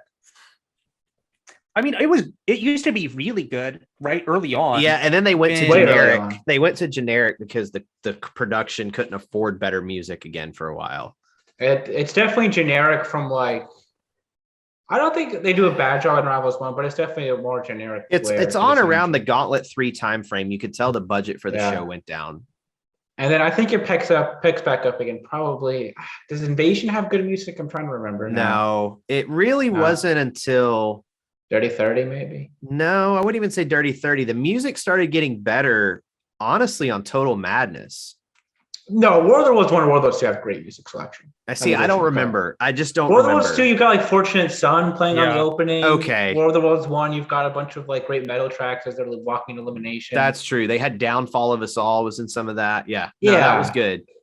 I just remember Total Madness, the Offspring song during Bear and Kayla. That is that to me was the signal when the music got really good, because Double Agents, as mediocre of a season as it is, some of the music selections on it are bangers. Like Eye of the Tiger. I think they got great music the past couple of seasons. Eye of the Tiger, when CT's training Big T, is hilarious. There's some really good stuff.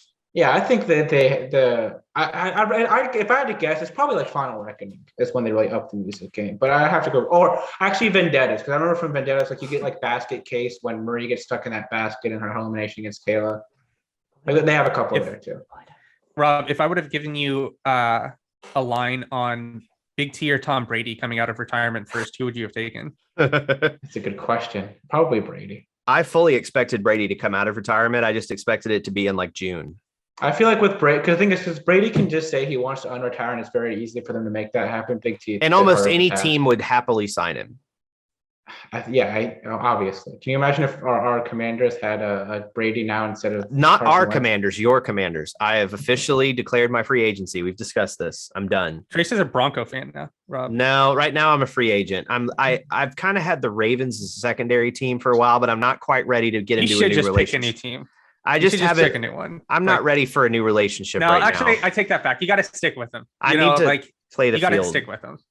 So you're saying the new Carson, how about this? I'm going to stay a free agent and see what happens with ownership. If Dan Snyder ever gets forced out, I tend to believe that I don't hate the name, but I also don't love it. If it was different ownership and different people making decisions, I would be reopened to, going out for coffee and seeing if they changed. Okay, so you're saying the Carson Wentz jersey I bought you, I cannot send to. Fuck no. God, that's Dude, just like- that is such a Snyder move. Like, it's so fucking dumb. It's the worst trade since the David Johnson Hopkins trade, right? It's terrible. It's a disaster. It's a disaster. We can't get. We'll talk about this for half an hour. So yeah, we can't it's get terrible. It's the worst. We've got our number 2 in one season still to go. So they literally lost the Russell Wilson sweepstakes because he wouldn't waive his no trade clause to go to Washington. They're a disaster. And yeah, Carson Wentz is their only other choice, and that's shit. Rob, your number 2 season. All right, my number 2 season is The Duel. I think it moved down from number 1 for you, didn't it? It moved down one spot from. So War of the Worlds is number 1 for Rob. Okay, we'll get there later. Yes, but yeah, for The Duel. It fell so far on my list. I just think it has so many great storylines. There's so many of the best big characters on the show that have their breakout and some of their best performances on The Duel. You've got obviously the CTDM storyline, which many would argue is like the most prominent storyline from that era of seasons that starts on The Duel. You have Beth and Beth against the Drama Mafia, which is one of my favorite beginning season plot lines from a long time with the show. You have Wes and all the stuff he's up to, kind of like rallying his rebel group against that bigger alliance. You have Svetlana, what she's doing on that season is really interesting to me. There's just a lot there that I find very compelling with The Duel. So what we said about Gauntlet 3 and The Island also applies to this season, where if you want to listen to like an extended version of how we feel about The Island, The Duel, Gauntlet 3, you can go listen to like. I don't think we argue about The Duel as much as those two. No, I mean we've talked about it. I think I think for Devin and I, it just has fallen over time. It's just like I feel like there's not a lot going on, and I think that's crazy to me. With the exception, like a lot of. Go ahead. No, go ahead. With the exception of the pole wrestle between Derek and Wes, and the Beth Svetlana situation and the Brad CT situation, arguably some of the worst eliminations in the challenge history for something called The Duel. I can't should have been the name of it, because screw that freaking elimination. Okay. It sucks. It's a terrible idea. And if you're going to do an you can't change the units of what you're doing. Like Bananas gets watermelons.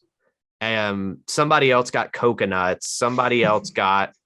They just kind of grab whatever they had lying around. It just was terrible. Like, that's awful. I will say this: The Duel has some of the best dailies for that. Like the roller derby one's great. There's a lot of great moments, like the swimming one where they go into the chest is great. The one where they have to like pick out the ice, I think that one's really interesting to watch. Though when they have to eat all the food in the different teams and they like run. That was really funny. Where Evan and CT were having a food fight while doing it. That was pretty funny. Yeah, I mean, it's a great season, but the eliminations suck. I don't think the eliminations suck. I think the ICANN is bad. I think the rest of the eliminations are good. So that's the thing, Rob. I don't think it's like bad. Yeah. You know, like, and if I have communicated that at any point in time, like, I don't think it's like, I take it back if I have, but like, I don't think it's like bad, like some seasons are. It's just kind of like, you know, they're like kind of like middle of the road, like some seasons are. I don't know. I would have to actually look exactly where I ranked it. Here, put it 15. Right, okay. Like, yeah, that's about where it is. Like, I have it right next to Free Agents, the First Inferno, like Dirty 30, kind of like in that range, kind of like middle of the road, like probably like late teens, somewhere around there. So I'm with Devin. It's not a bad season. There's some amazing stories. You've got some really great moments, but it's also got a lot of glaring problems. I think the ICANN I agree with you that it is a problem. I think it's a bad elimination, but that still only affects a couple episodes. And it actually does produce some great moments. Like I think watching DM is a very cathartic moment when she struggles with it. Like Anissa and Svetlana have a very interesting elimination when Anissa gets eliminated there. Like I still think it produces, like the Johnny Tyler thing at the beginning, like there still produces good moments, even if it's a bad elimination. The flag being held down by Velcro multiple times in that mission, like that's absurd. I think that kind of like adds to the season, to be honest. Like I don't think that's like a detraction. Well, at least there's some great fights, like when you have Wes and CT screaming at each other, or like the entire rest of the house over their moon celebrating when Svetlana beats Beth. Dude, so like the first time that happens, right, when Beth DQs and like rips the flag off instead of unhooking it, right? The producers didn't fucking like make sure to like go over and like check the next time to make sure that this was going to be okay. Like, what the fuck? Yep. Okay. So, all right, take a break. My number 2 season, and I would imagine it is potentially higher. Rivals 1. Yep. Okay. So higher on Trace's list. It's my number 1. I know it's not Rob's number 1, so we're talking about it. Go for it. So I think there's literally nothing wrong with the season, right? I had watched when I was back in Colorado within the last few months. I had a friend who had never seen it, and the topic came up of what season should I show them, and I think I texted the two of you about that because they have seen recent seasons, right? I think they started to watch around War of the Worlds 2. Mm-hmm. And miraculously have somehow stuck with it. I'm not really entirely sure why. That's almost as bad as Rob starting with Bloodlines. Yeah, and continuing to watch with it. But we turned on Rivals and watched the first couple of episodes, and I forgot how good it is, right? Even when they initially come out and TJ's there, because this was the season when they weren't sure if TJ was actually going to be able to host it. Because in between Cutler and her Rivals, he sustains that pretty bad head injury. Yeah, he was legitimately in a coma. He comes out, they all start to cheer, and there is like palpable like energy about what they're about to do with the format, right? They pair people together that legitimately do not like each other, right? Adam and CT, Kenny and Wes. Just stop right there. Just stop right there. Think about that for a second. With what we're covering right now in the golden era of the challenge, they paired up Kenny and Wes and CT and Adam. You're already on a good place right there. We get arguably one of the best eliminations of all time. I think did we all have it the second best elimination of all time? Did I have it? It was either number 2 or number 1 for me. I think it was number 2. I think I put the original Pole Wrestle number 1. And I put Derek West number 1. I remember that. And then potentially one of the best moments of all time. Yes. Right? What else?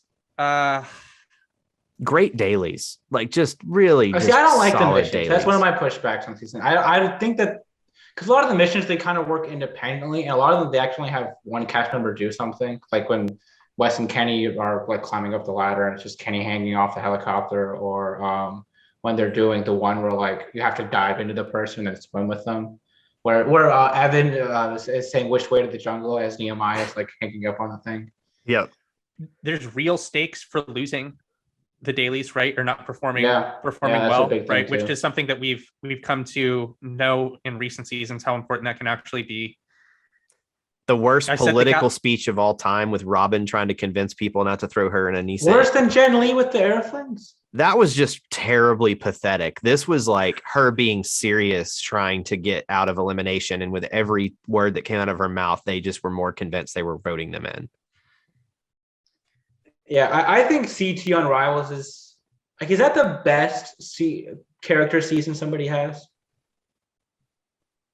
Like in terms of just the character they were on over that season. I think that's very much a contention for number 1. Because you got remnants of the hothead CT, but you also got the CEO CT where he'd be drinking his coffee and reading the newspaper. You had him, and he tried really hard to repair what happened between him and Adam. And you could tell CT actually was sorry. And it began the CT redemptive arc storyline that played out for a decade. So him and Laurel have a relationship that season, which I feel like I completely forget about at times. And I feel like most of the challenge community, well, I don't know. I won't speak for them. I definitely don't. You don't forget about that? No, him going through Mandy and Laurel that season is very much in my memory. And the fact that CT's turn off to Mandy was when she wanted him to choke her. And she's like standing there with these like Bambi doe eyes as she says it. And it's just like, well, hell. And then Mandy goes into the boys' room and she's like freaking out. Like, I swear I didn't have sex with CT and blah, blah, blah, blah, blah. And like Bananas is behind her, like just mocking her. It's one of the funniest things. And then not 5 minutes after she says she swears up and down she didn't have sex with CT, she goes and have sex with Wes. Oh yeah, because her literally was in his bed 5 minutes later. I'm really excited for us to cover this one. Yeah, it is. Rivals has some amazing moments. I think they do a great job editing that season. The way they play up, just like the CT West fight, how they play up that dynamic, how they play up the CT Adam Johnny Tyler elimination, of course, is fantastic. For me, I don't find the female side of the house that interesting. A lot of it's like Laurel and Cara and their feuds with some of the other characters of the female side. So that drags a little bit down. And I also find it's kind of choppy how the narrative goes. There's really no political drama. It's just whoever Wes and Kenny want to go in, it's going to go in at pretty much at any point throughout the season. So those are kind of a problem to me. But that's about it in terms of issues. So when I watched the first couple of episodes with my friend and his wife, one of the comments that he made was that there's nothing really that's like wasted, right? Everything is quick, it matters, it flows together really well. There aren't a lot of just things that just like, who cares, right? It's at no point in time do I remember it being boring, right? Which we won't get into, but yeah, I love it. I love this season. I'm excited for us to cover it. I think I don't think there was ever really a conversation of me like not really having it in this range. I think would this be the public number one? What do you think the public? No, the duel has been the public number one. No, when we did the public list, this and the duel are always back and forth for number one. Those are the top two in pretty much any public list. I know, but that when we do a poll, that's kind of like it was on Reddit too. It was like 1,000 people. Whenever responded. I've done a poll, it's always the duel and rivals that come out as the top two. That's just always. I know, but that's still a pretty small sample. But like, I mean, if how else are we going to poll people? On Reddit, like if they done it, that's on what Reddit, we did. like, that's literally what we did really? When we did our top 6 like, seasons. We literally put a thing on Reddit, and we got like 1,200 responses. The only like would you prefer the Reddit audience or the challenge Twitter and who they reach? That was 4 years ago, though. Like, I wonder what it would be now. Nowadays people would was say that they would probably say World of Worlds 1 or 2 is the best season because the challenge. No, they wouldn't say World of Worlds 2. They definitely wouldn't say that. I don't think they would say World of Worlds 1 is number one either. I think they would still say the Duel Battles. No, the challenge subreddit has become. Looking it up right now. And I know some of the mods listen to our show. Y'all do a phenomenal job, but it's the same thing that happens on Reddit when a sub gets too big. The low effort posts are all that's at the top. It's bullshit for most of the stuff. I really think if they did any sort of vote that it would not be one of the recent seasons. I feel pretty confident about that. I just feel like the majority of the voters, or the majority of the people that post on everything on that subreddit now worship at the ground that the Lavender Ladies walk. I don't see. I disagree a lot with that. I think you see that because you don't like that, and when you see posts that you like, they go past your memory. You're absolutely right. I downvote every single one of them. Yeah, exactly. So that's why that happens. Is because that attracts your attention, whereas the things that agree with you don't. And the fact that there's a lot of low effort memes. Like it's just like it's the same thing that every subreddit goes through when it gets popular. Yeah, I think any sort of public polling, those tend to be the two that come up towards top. It's always the rivals and duel, and sometimes you'll see a surprise nominee, but those two are very consistently at the top. And the thing too is like there's only 2 teams on the entire season that are just outright duds. I mean, Tyree and Davis. I mean, do you just want them to go home that badly? Could you not find a better set of rivals to go on this show? But no offense to Tyree and Davis, but like y'all were dead from the moment you showed up. Right? But there was some other people they could have had on. You could have had Abe and anybody. You could have had several other people. We've talked about that before. Like that, and I think we all agree that that's what we would do if we were in charge of casting. Every single person on the cast should fall into one of 2 buckets or both. They need to have a legitimate chance to win the season, or they need to be next level character perspective, Yeah. like Dan Renzi or Ayana. But right? I think. Go ahead. Yeah. The only thing that's great about the Tyree thing is it gave us one of the funniest moments in the history of show with his and Jasmine's hookup. Like, if he's not on the season, we do not get to experience that amazing moment. Like, it's awesome. Well, it's also like if they're not there, like, I mean, maybe Kenny and West go home episode 2 because they actually get a decent opponent. In That's also true. There's a lot. Kenny really sucked on this thing until the final. He was bad for this first couple episodes. I think he even said at one point, it's like being partnered with him is sucking away my mojo. And so, like, when they finally win a mission towards the end, they're like, "You found Kenny's mojo. Yeah, it's back." Well, the one where they mission they win is when they just hang Kenny up on the thing, and then Wes just has to. Yeah, and Wes literally did all the work. Yeah, he doesn't have to do anything. So, yeah, it's also, and I've talked about this before in the past, so I will make it as brief as possible. If Rivals wasn't successful, the show was getting canceled, period. This was its last chance. And it delivered some of the best ratings that show had seen in years, and it bought it Battle of the X's.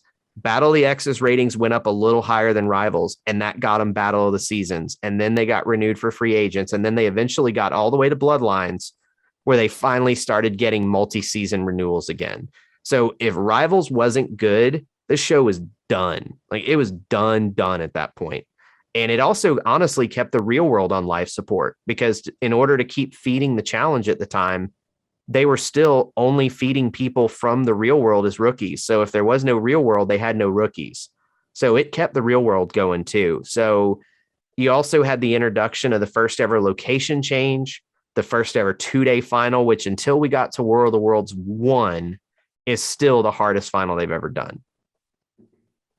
So just so much on this season that's important. It's, as Devin's friend, as he quoted him, no time is wasted. It's a great season. If you've never seen it, can you even call yourself a challenge fan? Go watch it. Rob, your number one season. So my number one is War of the Worlds 1. I went back and forth a little bit on what to do with this in the duel, but I ended up with War of the Worlds 1 number 1. It's finally in my queue to rewatch it. Like, it's sitting there. I have nothing else in front of it. It's going to happen soon. I remember liking the season when it aired. I thought the cast, you got the influx of the UK people that have been really good TV. Bear's performance and entry into the challenge world. Paulie is really breaking into his own as a character.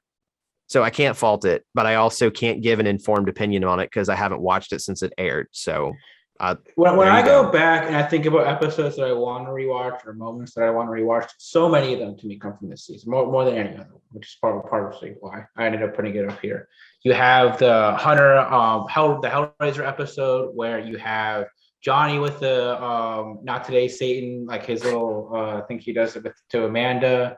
You have then that's the same episode where where Amanda tells everyone that Zach was on Bumble after they got eliminated with him and his relationship with Jenna. Then you have Hunter calling out Ashley in elimination. So you have that outstanding episode.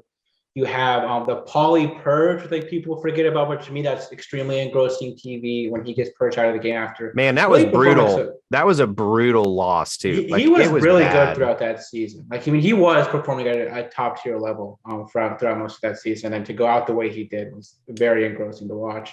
Yeah, of course, what I think is by far the most interesting final to watch. It's easily the hardest final they've ever done. Mm-hmm. It's basically over 2 episodes, and there's not a moment during it where I'm like, oh, I find this part of it boring. It's the first time they've ever given the whole cast IVs. That's how bad it was. Yeah, like, and it's very clearly like they have that elimination after the first day where Hunter and Ninja are just like holding the tires and like walking behind the truck. It's like, what even is this? And it's very clearly like they were going to be like riding those things like as the truck was going 70 miles per hour or whatever it was. And they're like, dude, we're going to kill somebody if we do that. Like we can't have this thing be an actual elimination at this point. You have the 2 episodes. You have the 1 episode where Wes finds out that Bear was trying to hook up with Nani, and then he tells Georgia, and then that whole situation goes haywire. And then the other episode where Georgia listens in on Bear talking on the phone to his girlfriend from back home, and he claims it was his cousin that he was talking to on the phone. And she bought it. She did not buy it. She throws the water at it. But yeah, there's just so many episodes to me throughout that season that are amazing TV. So that's what made it number one for me. Yeah, I need to go back and watch it again. And this one is still pretty recent. And when I watched it, I remember thinking it was good, but I don't. Trace, where did you have this ranked?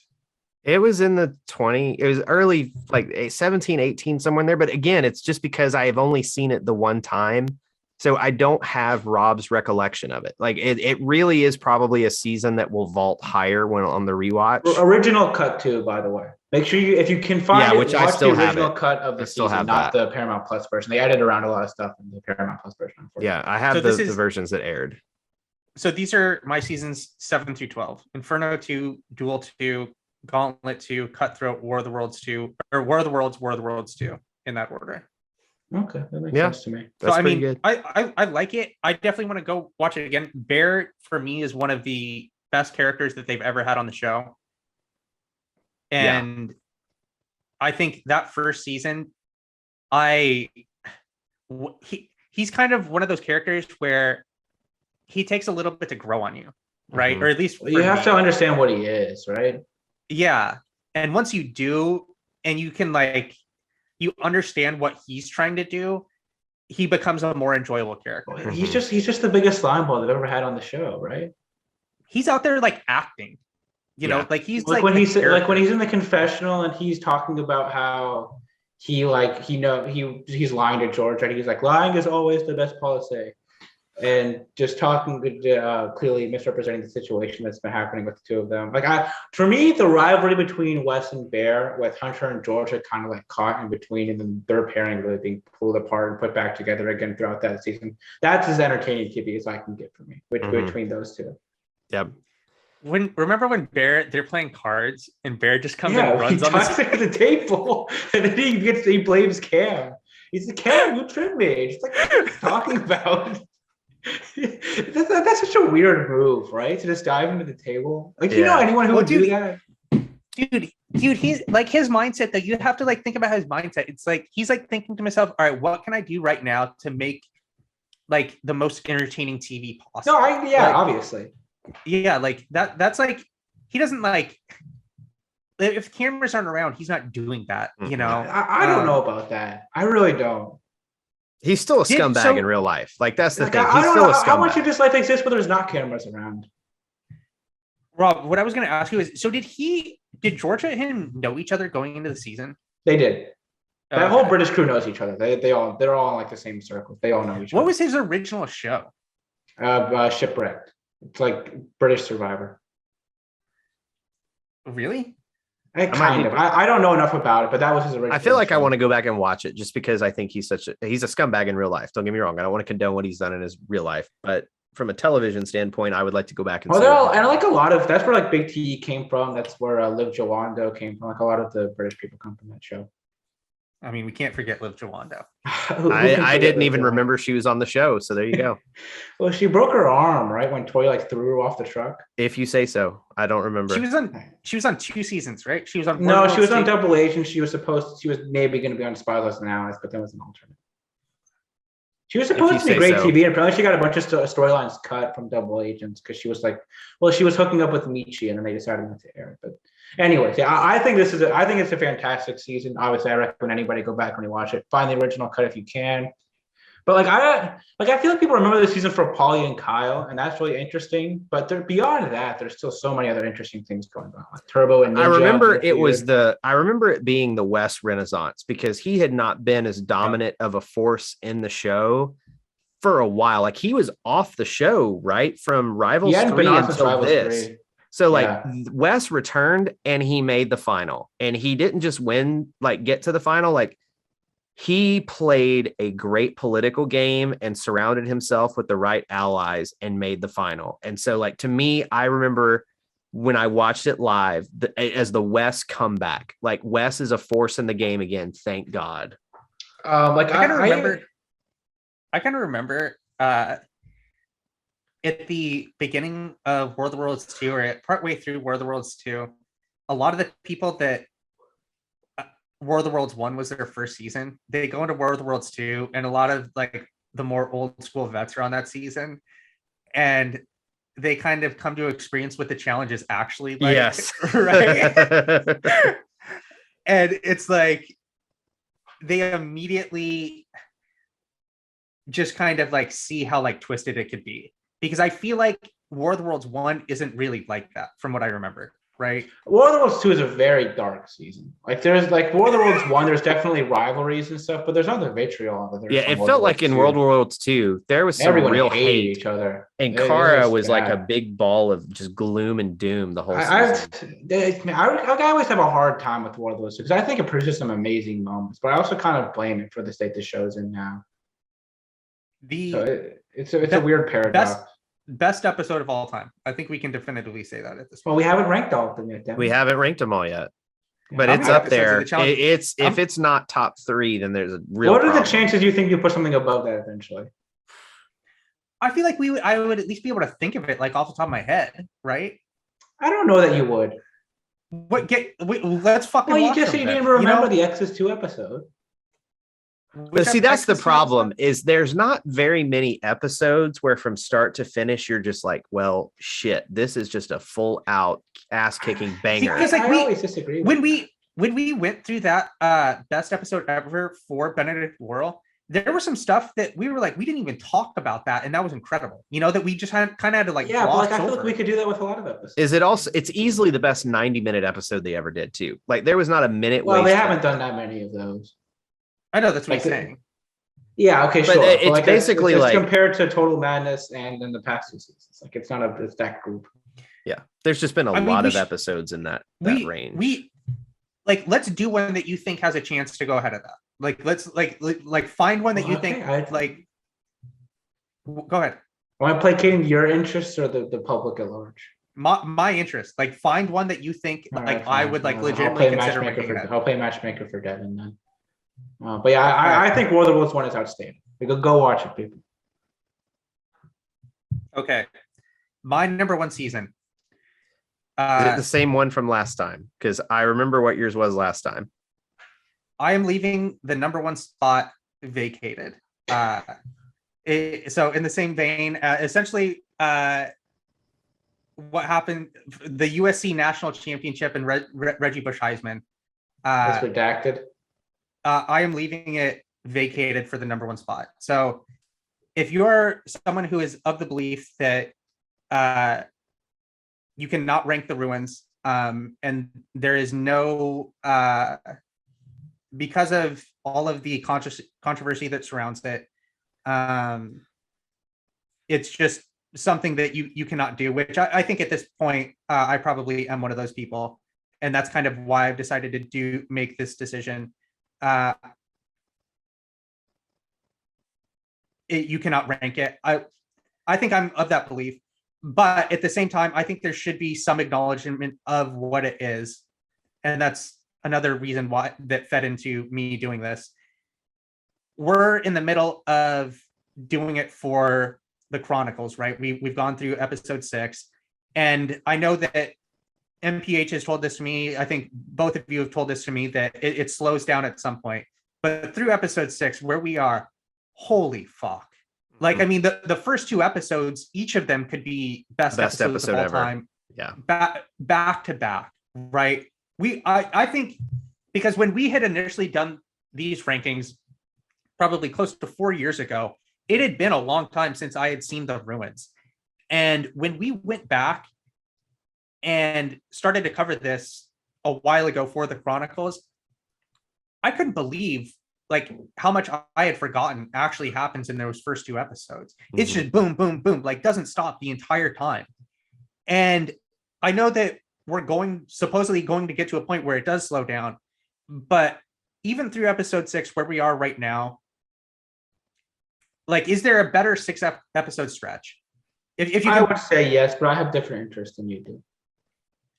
So I think like, and we definitely need to state this, and this is the reason why I've decided to leave the number 1 spot vacated. Like everything with Tanya is like absolutely fucking terrible. It is. It's worse even in hindsight. Like it was bad when it aired. It was bad when I rewatched it. Now having a daughter, it's fucking atrocious. Yeah. So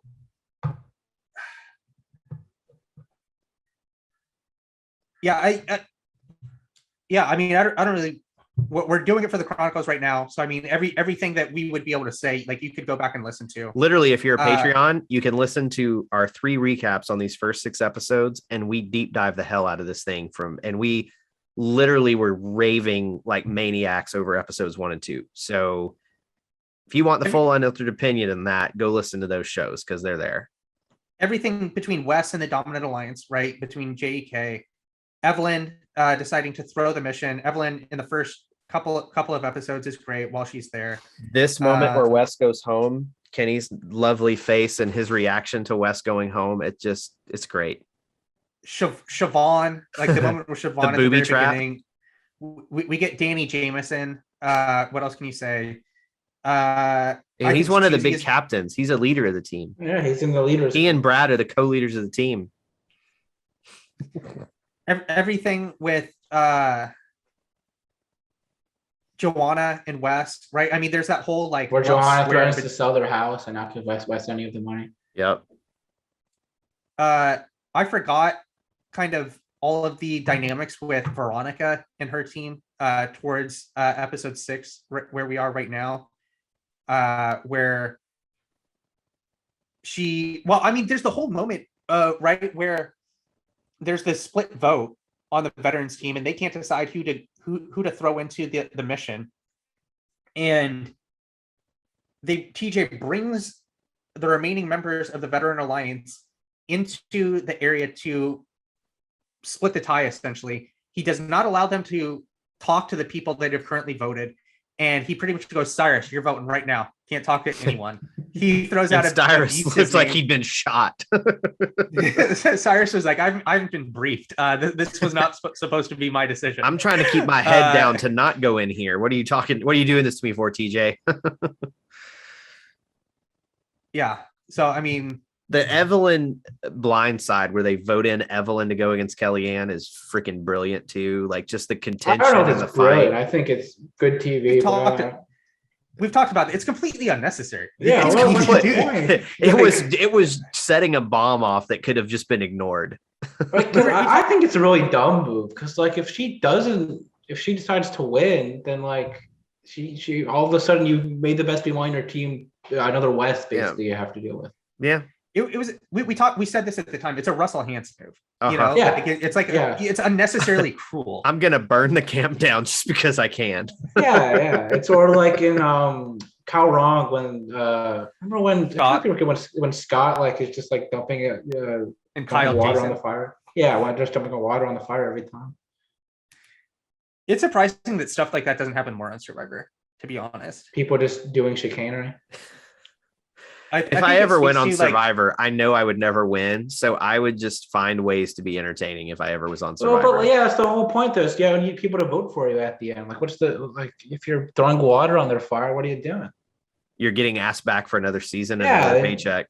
I don't know about that. That's what they've done. Even friggin' Philip got invited back. Like, the more bizarre you are and the more memorable you are, you get a call back. The water on the fire has been done before now, though. It's happened a couple of times. Pouring the rice out. That's a whole different thing. That's a fantastic TV moment. If people have not seen Survivor Cagayan, please just watch until when Shatia pours that scene. It's unbelievable.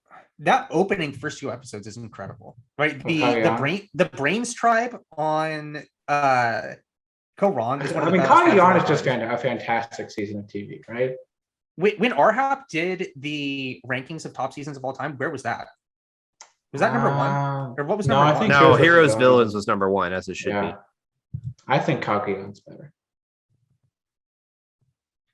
I'm going to look this up while we finish this. So closing thoughts on this. Like what do we have to say? We've talked about this for... I think your ranking of the Bruins makes a lot of sense. I understand what you did with that. It'll be interesting to see if a new season comes out that can usurp it based on Devin's thoughts of the previous couple of seasons. I think maybe one of these All-Stars can really come up with it. Yeah. Maybe All-Stars 3 will be a new emergence in these rankings. Everything I've heard about All-Stars 3 is that it's a banger. We'll see if that happens. I was told that Spies, Lies, and Allies was going to be a banger, and it wasn't.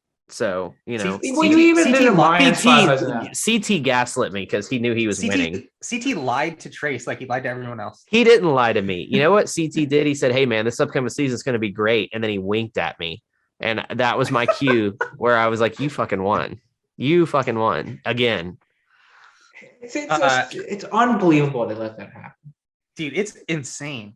Like Steve, just put Steve Minke on this season, dude. Yes. Like anybody. Like, what do they do?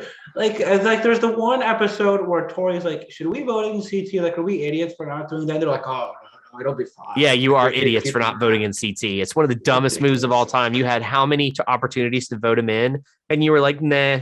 And you could pair him with anybody. You could have put him with Bettina, and then what's he gonna do?